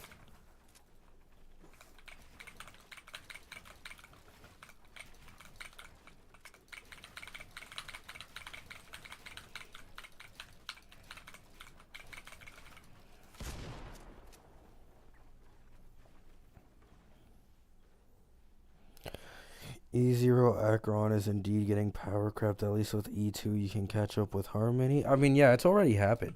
Like, if you look at Herda versus Acheron, especially if you use free-to-play teams, it's a complete fucking stomp. Like, it's a complete stomp. It's not even close.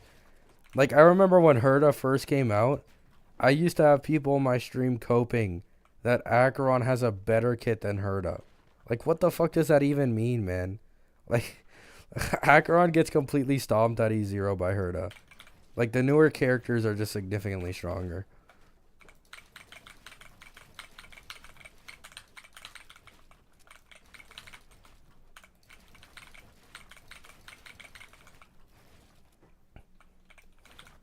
It gets even worse with E2.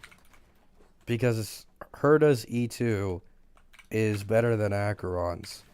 And Herda's E1 is significantly better than Acheron's E1.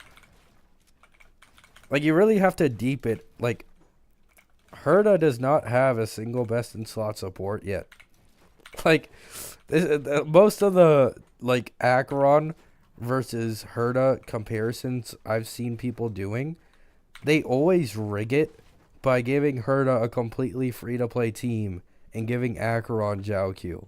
Like, every single time they rig it like that. Like, once she gets Tribi plus Anaxa, it'll probably be like a complete fucking blow out of the water. You know what I'm saying?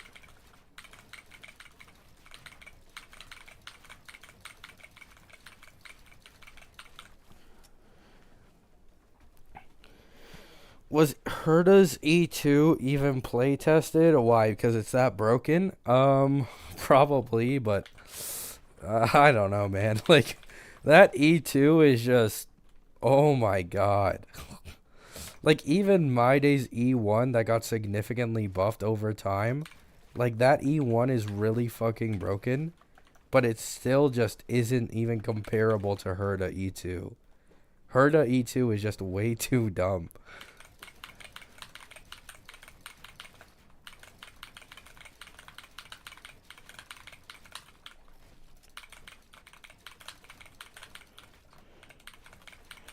Of course, eventually, her E2 won't be the strongest one anymore, right? Like, this is going to be another Dill situation where Dill's E2 was far ahead of the cast around his version.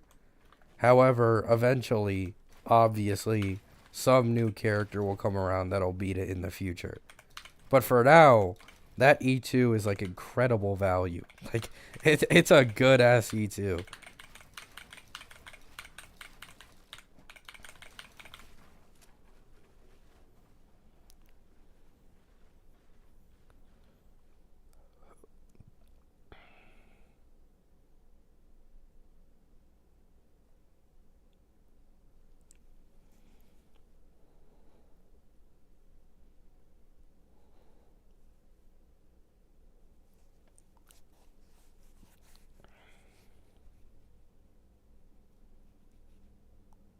Oh yeah, if you have an E2 Acheron with a Jiaoqiu, I'm not saying she's bad. You know what I'm saying? Like, this is mostly like in comparison of power levels between the two, right?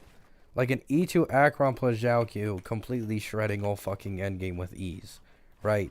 But it's like there's a different level to an E2 Herda versus an E2 Acheron, basically. Like, one is likely going to last you like twice as long compared to the other. Although Acheron is older, almost a year old at this point. So you can make the argument that like they'd last honestly around the same, considering Acheron is significantly older.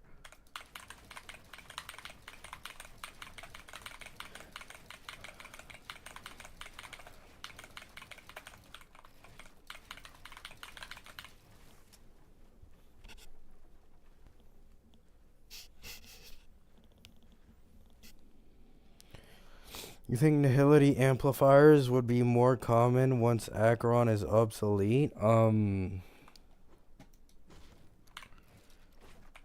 thing is, nihility is like such a fucking weird ass path.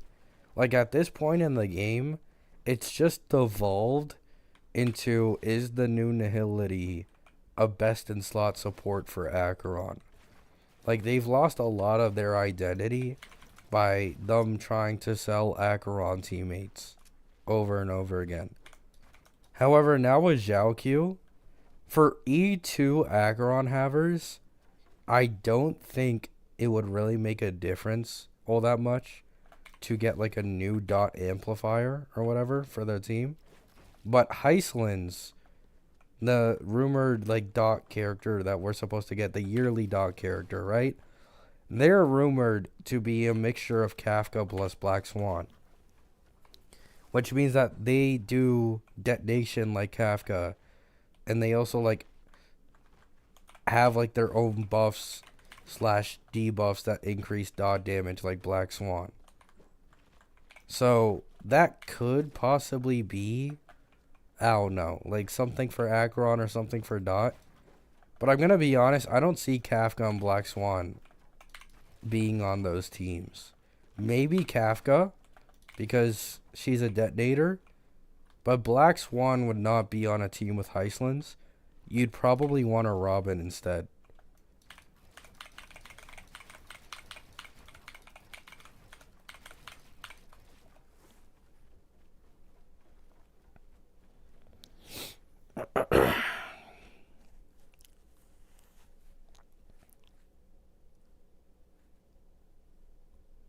Dark, unfortunately, you're like 2 weeks behind the leaks.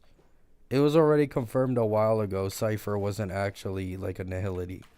Like, this has already been a thing. Cypher will not be a nihility unit.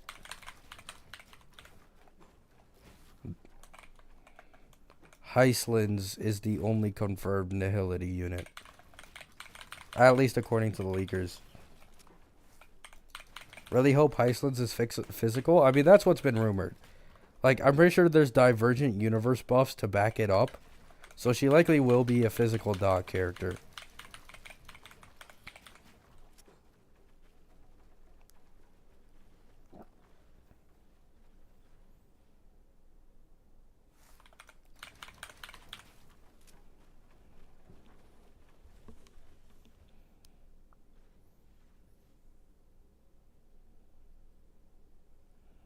No, exactly, Fox. Like, dot is completely cooked.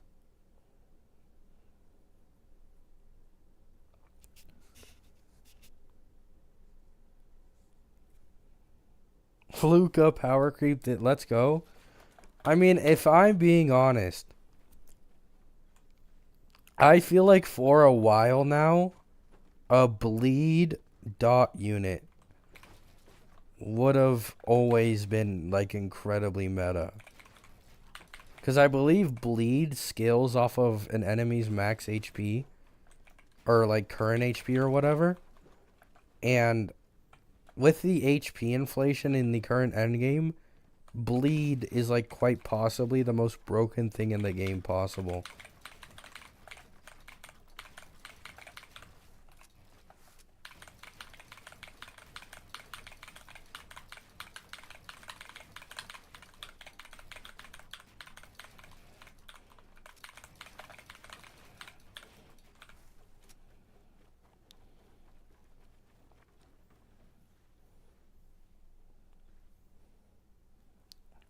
Yeah, line. Yeah, I already know. Luca re-triggering Heisland's bleed. I'm gonna be honest. I think Heisland's, because okay, so if what the leakers said was true, where she's a mixture of Kafka plus Black Swan, so she detonates and also has like her own buffing slash, I don't know, defense shred capabilities, all that shit, right? Like she can add stacks and all that. I think you would run hyper carry Heislands and give her action advancers instead of running her with other dot units. I could be wrong, but I do think like a hyper carry Heislands with as much action advance as possible would be the best case scenario. Because she's bleed, and bleed is like incredibly fucking broken. So you put like Sunday, and then you put Robin, and then you put a sustain for like a sustain team.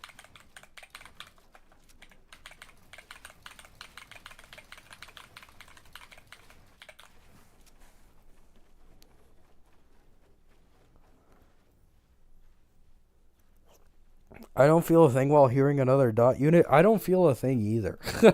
Like, the thing is, dot hype is just so fucking dead after how badly dot got butchered, right? Like, it was just so fucking bad. And the only excuse, like, dot lovers had was, oh, if you pull E1 plus Lycones and have the premium team, they clear just fine. It's like, oh my god.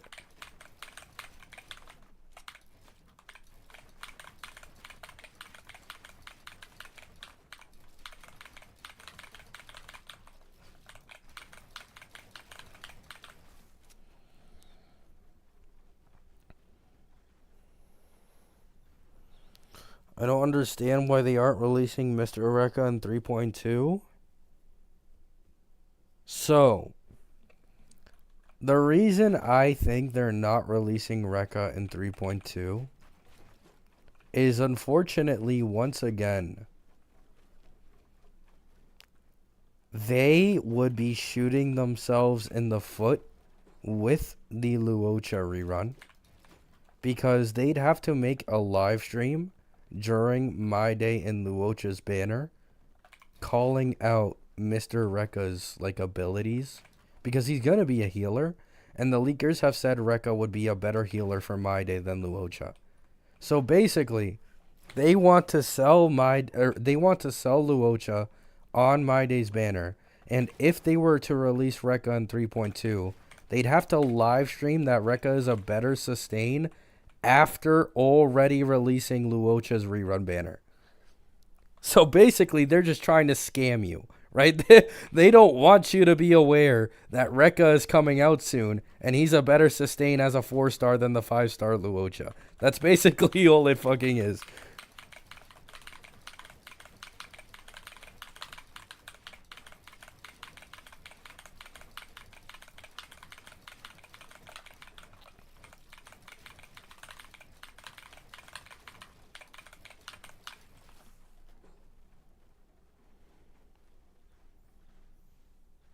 Goofy Luocha rerun scam.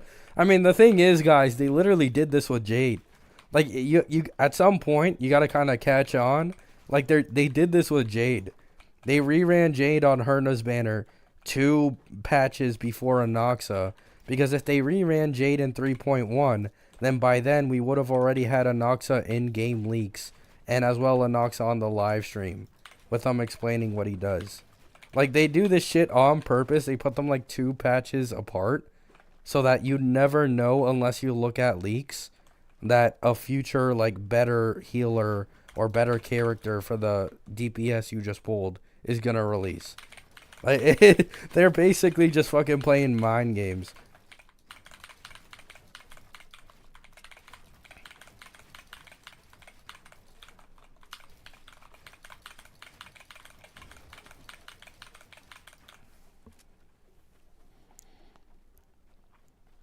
That means people might skip out on Hyacine and just go for Rekka instead.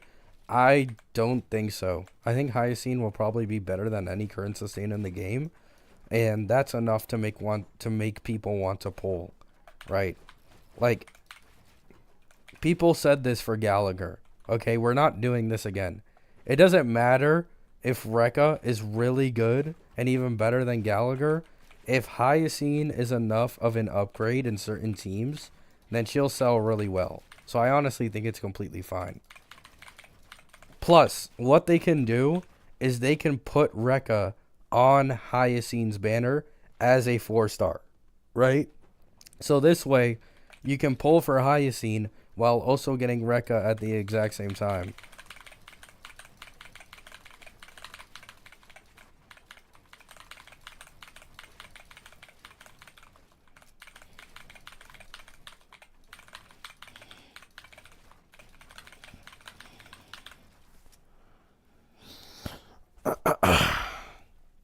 Hyacine 10% better than Mr. Rekka? Yeah.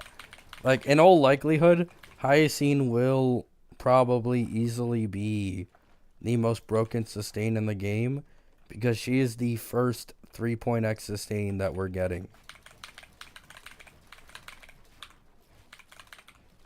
You have to remember that the first 2.x sustain we got was Aventurine.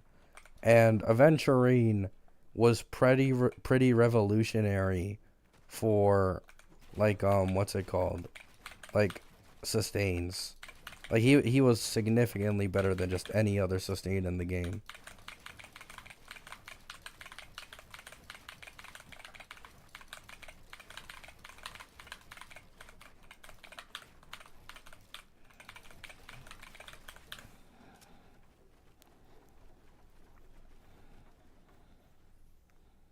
I can't say Soupy because we don't know anything about Anox's actual gameplay. Have to wait until 3.1 hits. Hey, Celestial. Anox is 10% better than Jade? Yeah, it's gonna happen, man. It's gonna happen. The reason I think Jade will completely lose to Anoxa in Erudition teams is because the current leakers are saying that they got rid of his EHR, but in return, he's gonna give like buffs similar to like damage boost, defense reduction, and weakness implant. So damage boost and defense reduction is honestly a lot better than almost anything Jade can give, so long as Anoxa does like the same amount of damage as Jade. Or even more. If he does more, 100% Jade is getting blown out of the water.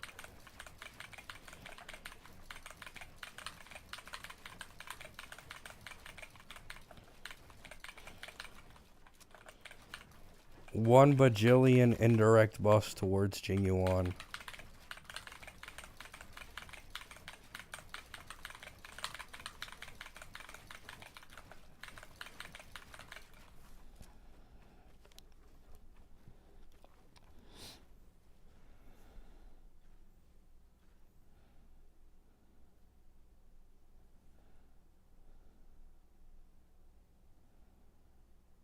I don't see return on investment on my Jade. Most people don't unless they have E1. E1 Jade makes her universal with like every single character in the game. It's actually like a really good E1. But outside of E1 Jade, she's not bad, but like it's mainly just a pure fiction thing. You know what I'm saying? Like mainly in pure fiction, temporarily on a Herta team until Anoxa releases. It's basically all it is.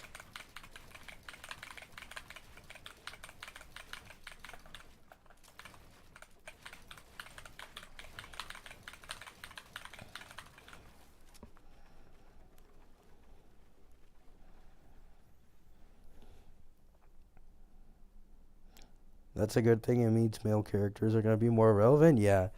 What I'm interested in, more so than Hyacine, is the Dawn Hung new, like, limited version. Because it is rumored that we will get another sustain after Hyacine in 3.4 alongside Phanon. And that sustain will be the new Dawn Hung version. So, I wonder what the fuck he's gonna do. It is rumored that he is gonna be like Lingsha. Like, we got a leak a little bit ago. He is gonna be exactly like Lingsha in the aspect of him having a fire summon that takes turns. Like, it literally exactly like Lingsha according to the leakers. But he's preservation instead of abundance.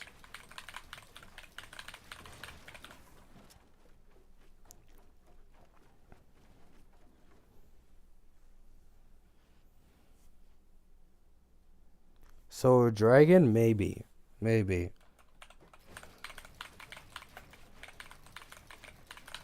It should be a fire, like, Dawn Hung version. And he's preservation according to the leakers. And he's running alongside Phanon.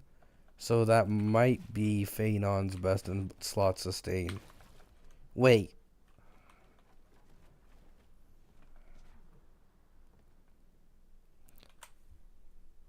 what are the chances Phanon is another physical destruction with counter abilities? Because if he is, if Dan Heng's preservation abilities were to work similarly to Aventurine's, that would make him the best in slot sustain for Phanon. Like, now that I'm thinking about it, is he really gonna be another physical destruction counter character? Like the third one in a row? Like, is that actually gonna happen?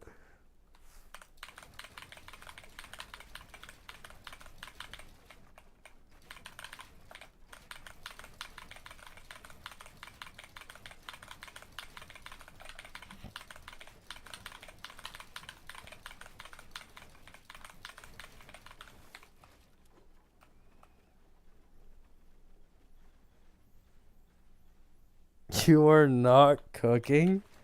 I mean, if we're all being honest, it would also make sense. Because he supposedly has a second form. The second form could literally just be tied to being hit a certain amount of times.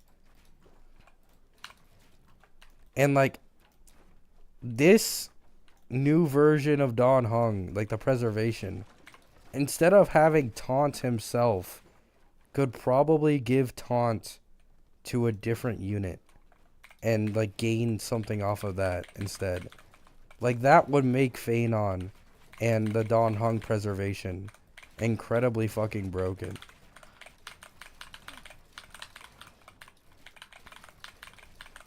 Or like, maybe you can choose who you want to receive the taunt.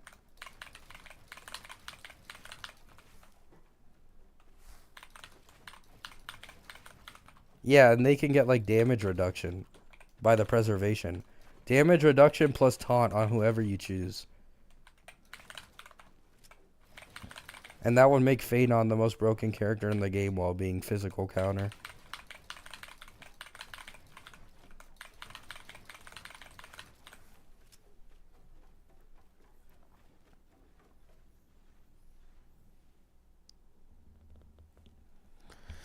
Why do you have the craziest opinions when it comes to Phanon, Gabby? Because so much is possible with him. There's a lot that's possible with Phanon. Because he's kind of like a blank slate. Like, we don't know anything other than, like, extra turns.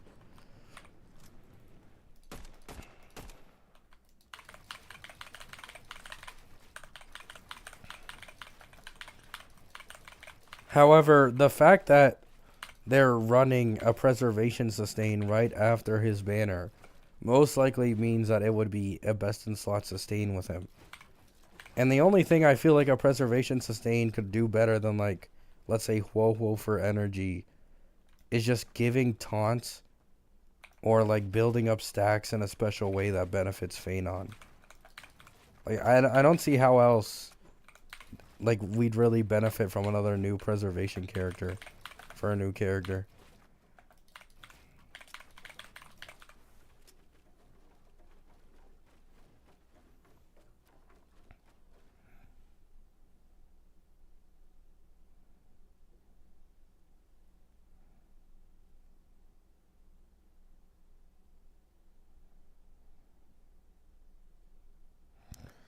Apparently Cyrene has like 3 forms too. Yeah, apparently people have a bunch of different forms.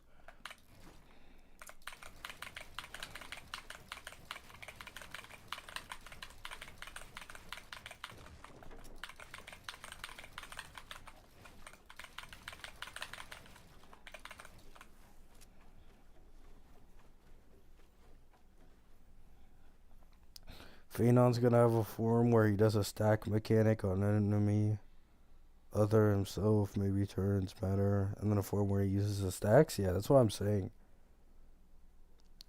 Like, it would genuinely make sense if he was a counter physical destruction, and each time he was hit, he would gain like some type of stack towards his second form for a big hit. Wait, isn't this literally my day? Wait, wait, this is literally my day that I'm describing. This is literally just my day. Whoops.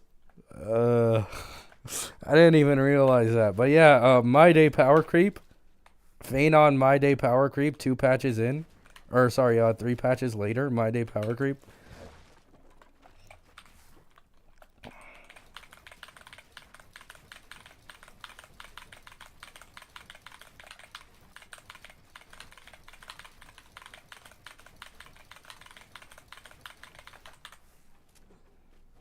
My day, but better element. Yeah, exactly. Blade 2.0, yeah. Oh my god. That would genuinely be hilarious, though, if he actually was a counter and he wanted to be hit. That would be fucking hilarious.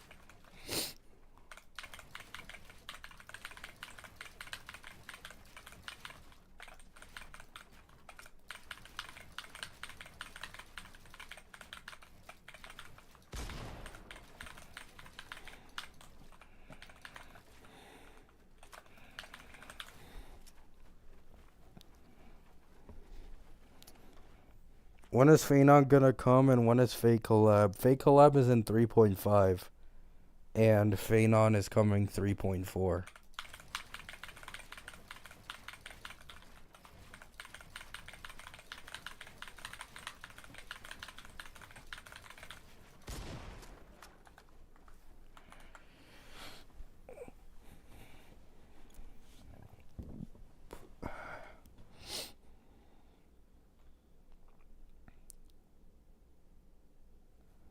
Do you think they're gonna leak Caster's kit early like they did for my day?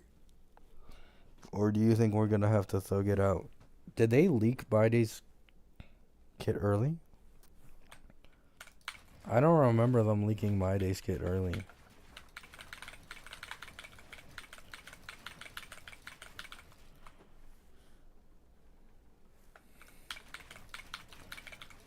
Like, it was Triby's kit that was being leaked for like 1 or 2 weeks before we even got a sneak peek into my days.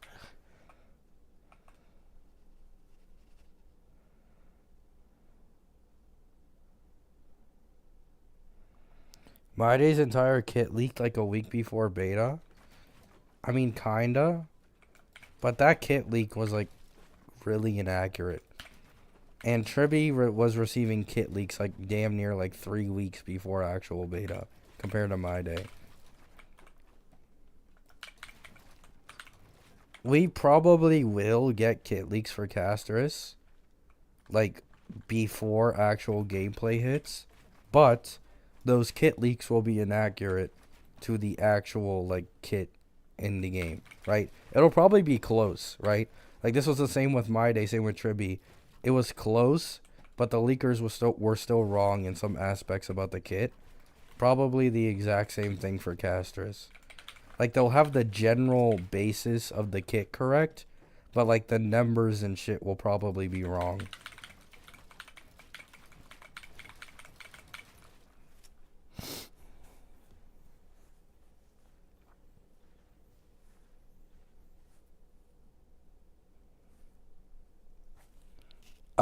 According to leakers, it's not a triple rerun banner, JW.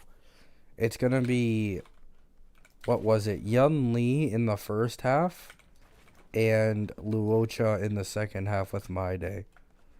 That is the rumored rerun banners currently. The first actual reliable leak for rerun banners, by the way. We were getting like a million different ones earlier, but I never talked about them because they weren't reliable. So this is like the first one. Yun Li and Luocha.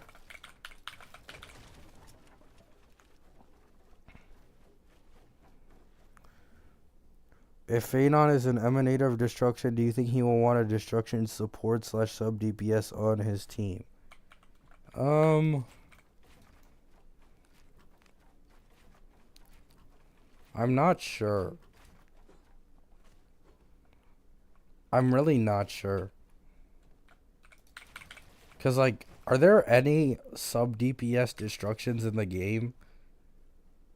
Like, isn't almost every single destruction like a main DPS? Or am I tripping?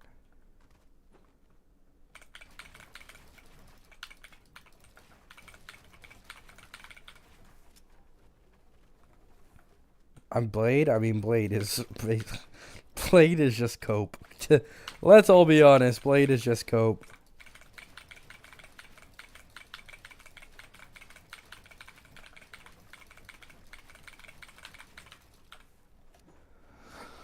My day. Oh,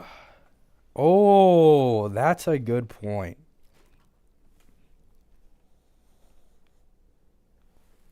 That's a good point.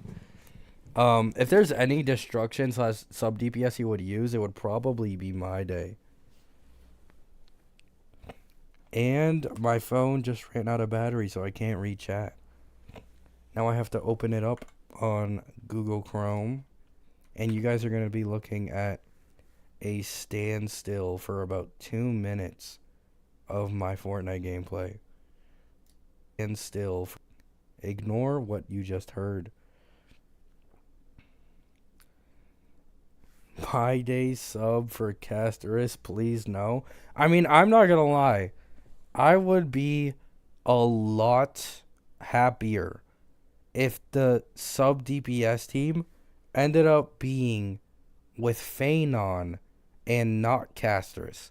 The biggest issue I have with the Casterus sub DPS team is that they're all 3 banners in a row. Tribby plus My Day plus Casterus. That's just too much, right? But like Phanon's at 3.4, I'm fine if he ends up like wanting My Day. You know what I'm saying?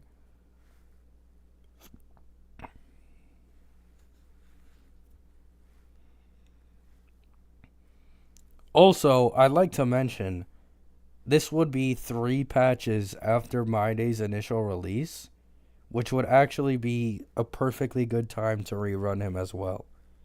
So like even the timing would be good if My Day were to be used as like a sub DPS on the team. Okay, there we go. I got my phone to charge again.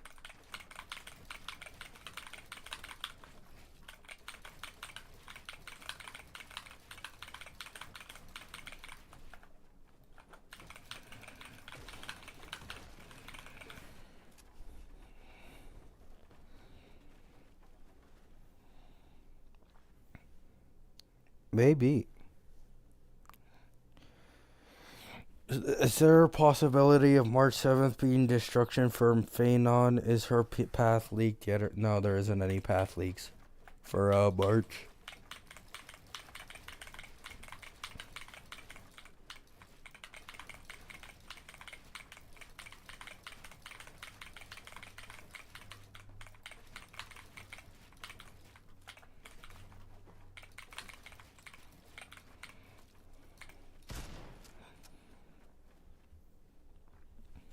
March has to be Remembrance? I mean, maybe.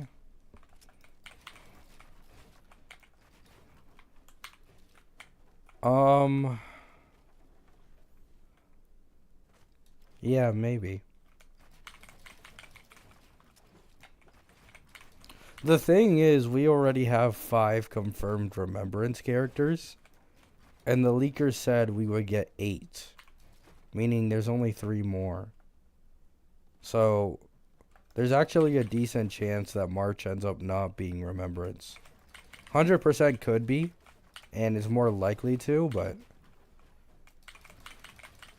still a decent chance she's not.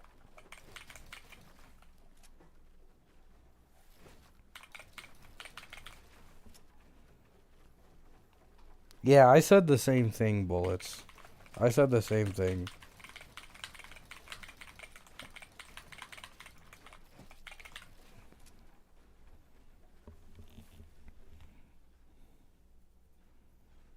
I think March is Cyrene. I don't think so. Because Dark March and Cyrene are 2 completely different characters that are supposed to release on banners at some point. So I don't think they'd make 2 limited versions of March in the exact same version. Like, that would be a bit wild. And I'm pretty sure we're not getting Dark March until, like, late 3.x. So it's like, oh, you just pulled Dark March in, like, 3.5 or 3.6. We now have the other March in 3.7, cough, cough, Cyrene. Like, I don't think they do that.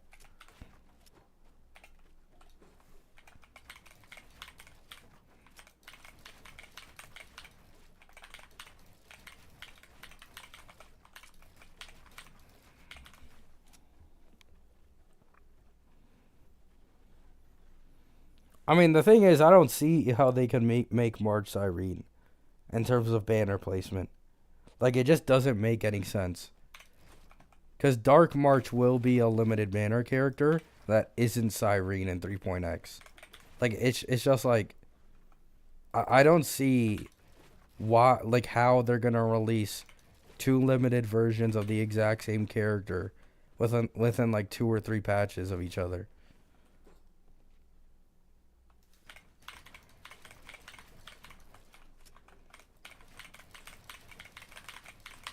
I mean, I think you could make the argument like March could be like a descendant of Cyrene or something like that. Like, she could be related to Cyrene in a way, but I don't think she will be Cyrene.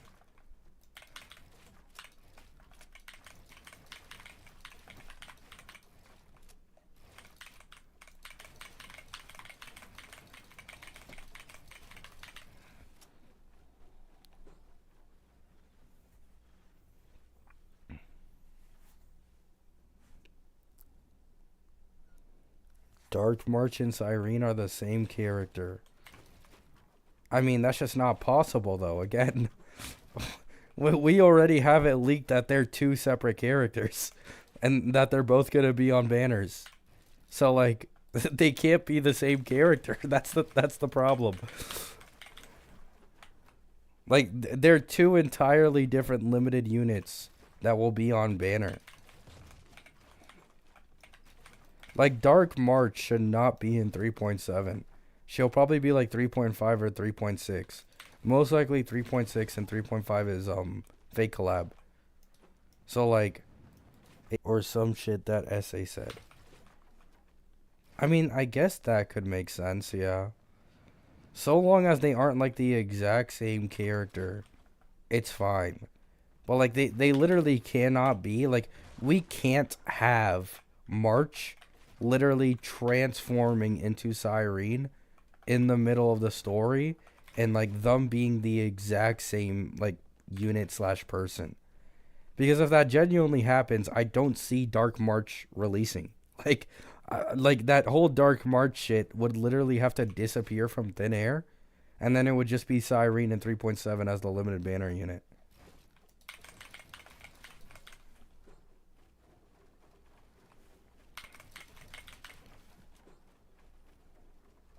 My stream's laggy, really?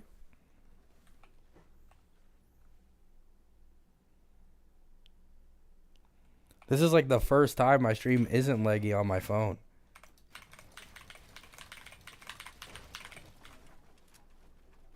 It paused for a bit? Oh yeah, that happens. My internet will sometimes get like packet loss spikes, and I'm pretty sure that affects connection for like a few seconds. Yeah, I'm sorry guys. Yeah, like right there, I just got a packet loss spike right there as well. It's just inconsistent. Oh, I see, JW.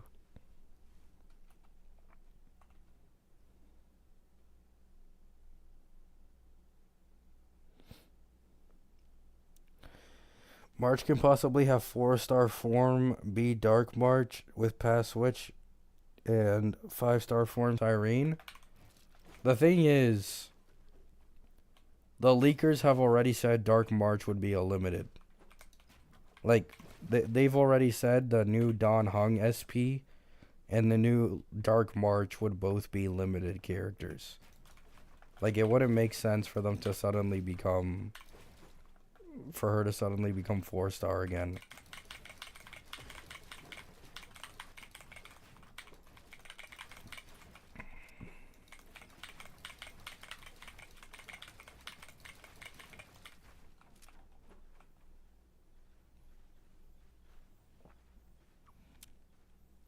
I mean, I'm gonna be honest, Blad. I think everybody wants Sunday. And true damage is just incredibly broken at this point. Like, I think if you're not pulling for Sunday, you are bricking your account. Like, if you don't pull for him on his rerun, you are probably, like, bricking your account on purpose. And then Tribby is more meh, because as long as you compare Sunday with RMC, Tribby isn't really all that necessary. She is definitely good. If you can afford her, I'd get her, because she's just like another extra support you can put on any team on your account. Free up some space, right? But, like, she isn't as necessary, in my opinion, as Sunday currently is.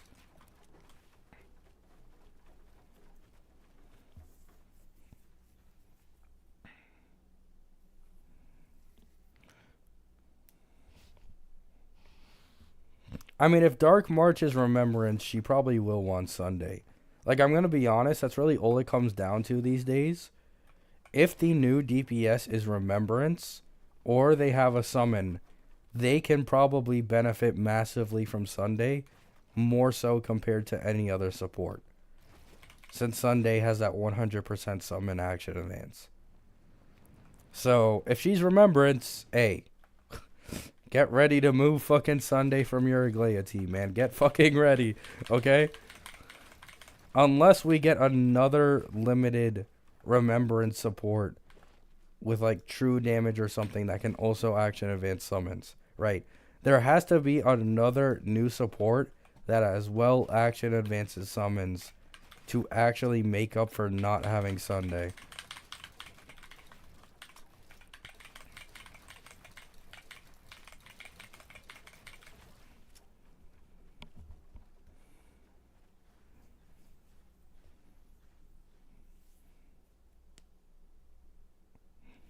Yeah, you could do that, Blood. I really want to get Casterus. It's just like, oh, like, I'm just getting dot team vibes, man. I'm really getting dot team vibes from the whole Tribby plus My Day plus Casterus team combo. Like, if that actually ends up happening, like, oh my god, it's just dot team vibes, man. They all have incredibly broken E1s. They all have really, really good S1s. Because at E0, let's all be honest, in E0 S0 My Day, not in a hyper carry comp, isn't going to be doing that much damage at all for the team. Like, he's probably going to be fighting for damage per cycle with Tribby at E0 S0 without a Sunday and only Tribby on the team. It literally feels like Kafka, Black Swan, and fucking Ruan Mei again. Like, it literally feels like that all over again, if it ends up going that route.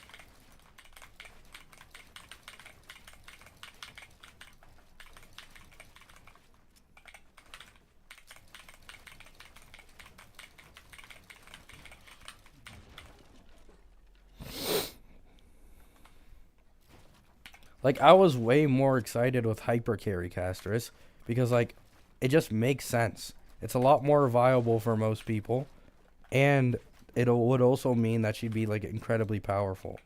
But, like, this new Tribby plus My Day plus Casterus shit they're trying to do, like, it gives me bad vibes.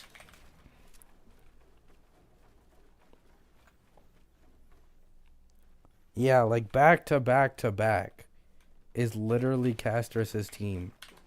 From Tribby's banner in 3.1 first phase to My Day's banner second phase of 3.1 to Casterus' banner first phase of 3.2. Like, are you serious? Like, I don't want to be that guy, but, like, are we fucking serious right now?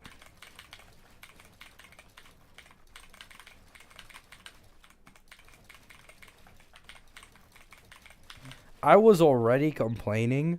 Like, if you guys, like, watch my community posts, I made a post, like, a week or two ago complaining about Herda getting Tribby a patch later, and then a Noxa a patch later, right? So she gets two best of the slot supports, two patches in a row that you should pull for. But like, this is even worse. This is even more egregious. This is literally twice as bad because there's no banners in between. Like, it's just banner after banner after banner.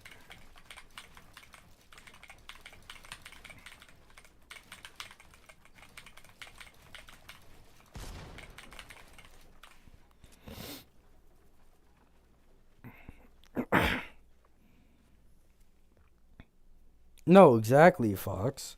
Like, hyper carry is always extremely easy to build because, like, supports are the most common type of characters for people to have on their account, right? Or at least people who even semi know, like, what they should be doing in the game. They have more supports usually than they do, like, a bajillion DPSs and sustains. So, being able to utilize, like, older supports with newer DPSs is way better than, like, oh, pull this other new DPS and other new specific support to actually make this also other new DPS pop off. You know what I'm saying? Like, that's just bullshit.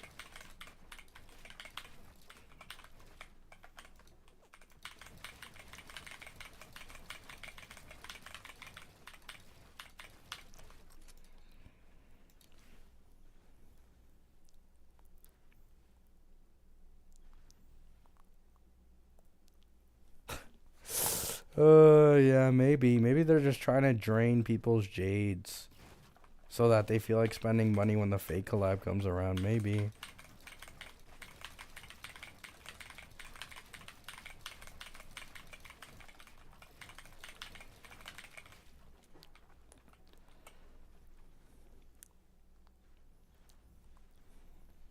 Alright, guys, I'm going to end the stream here.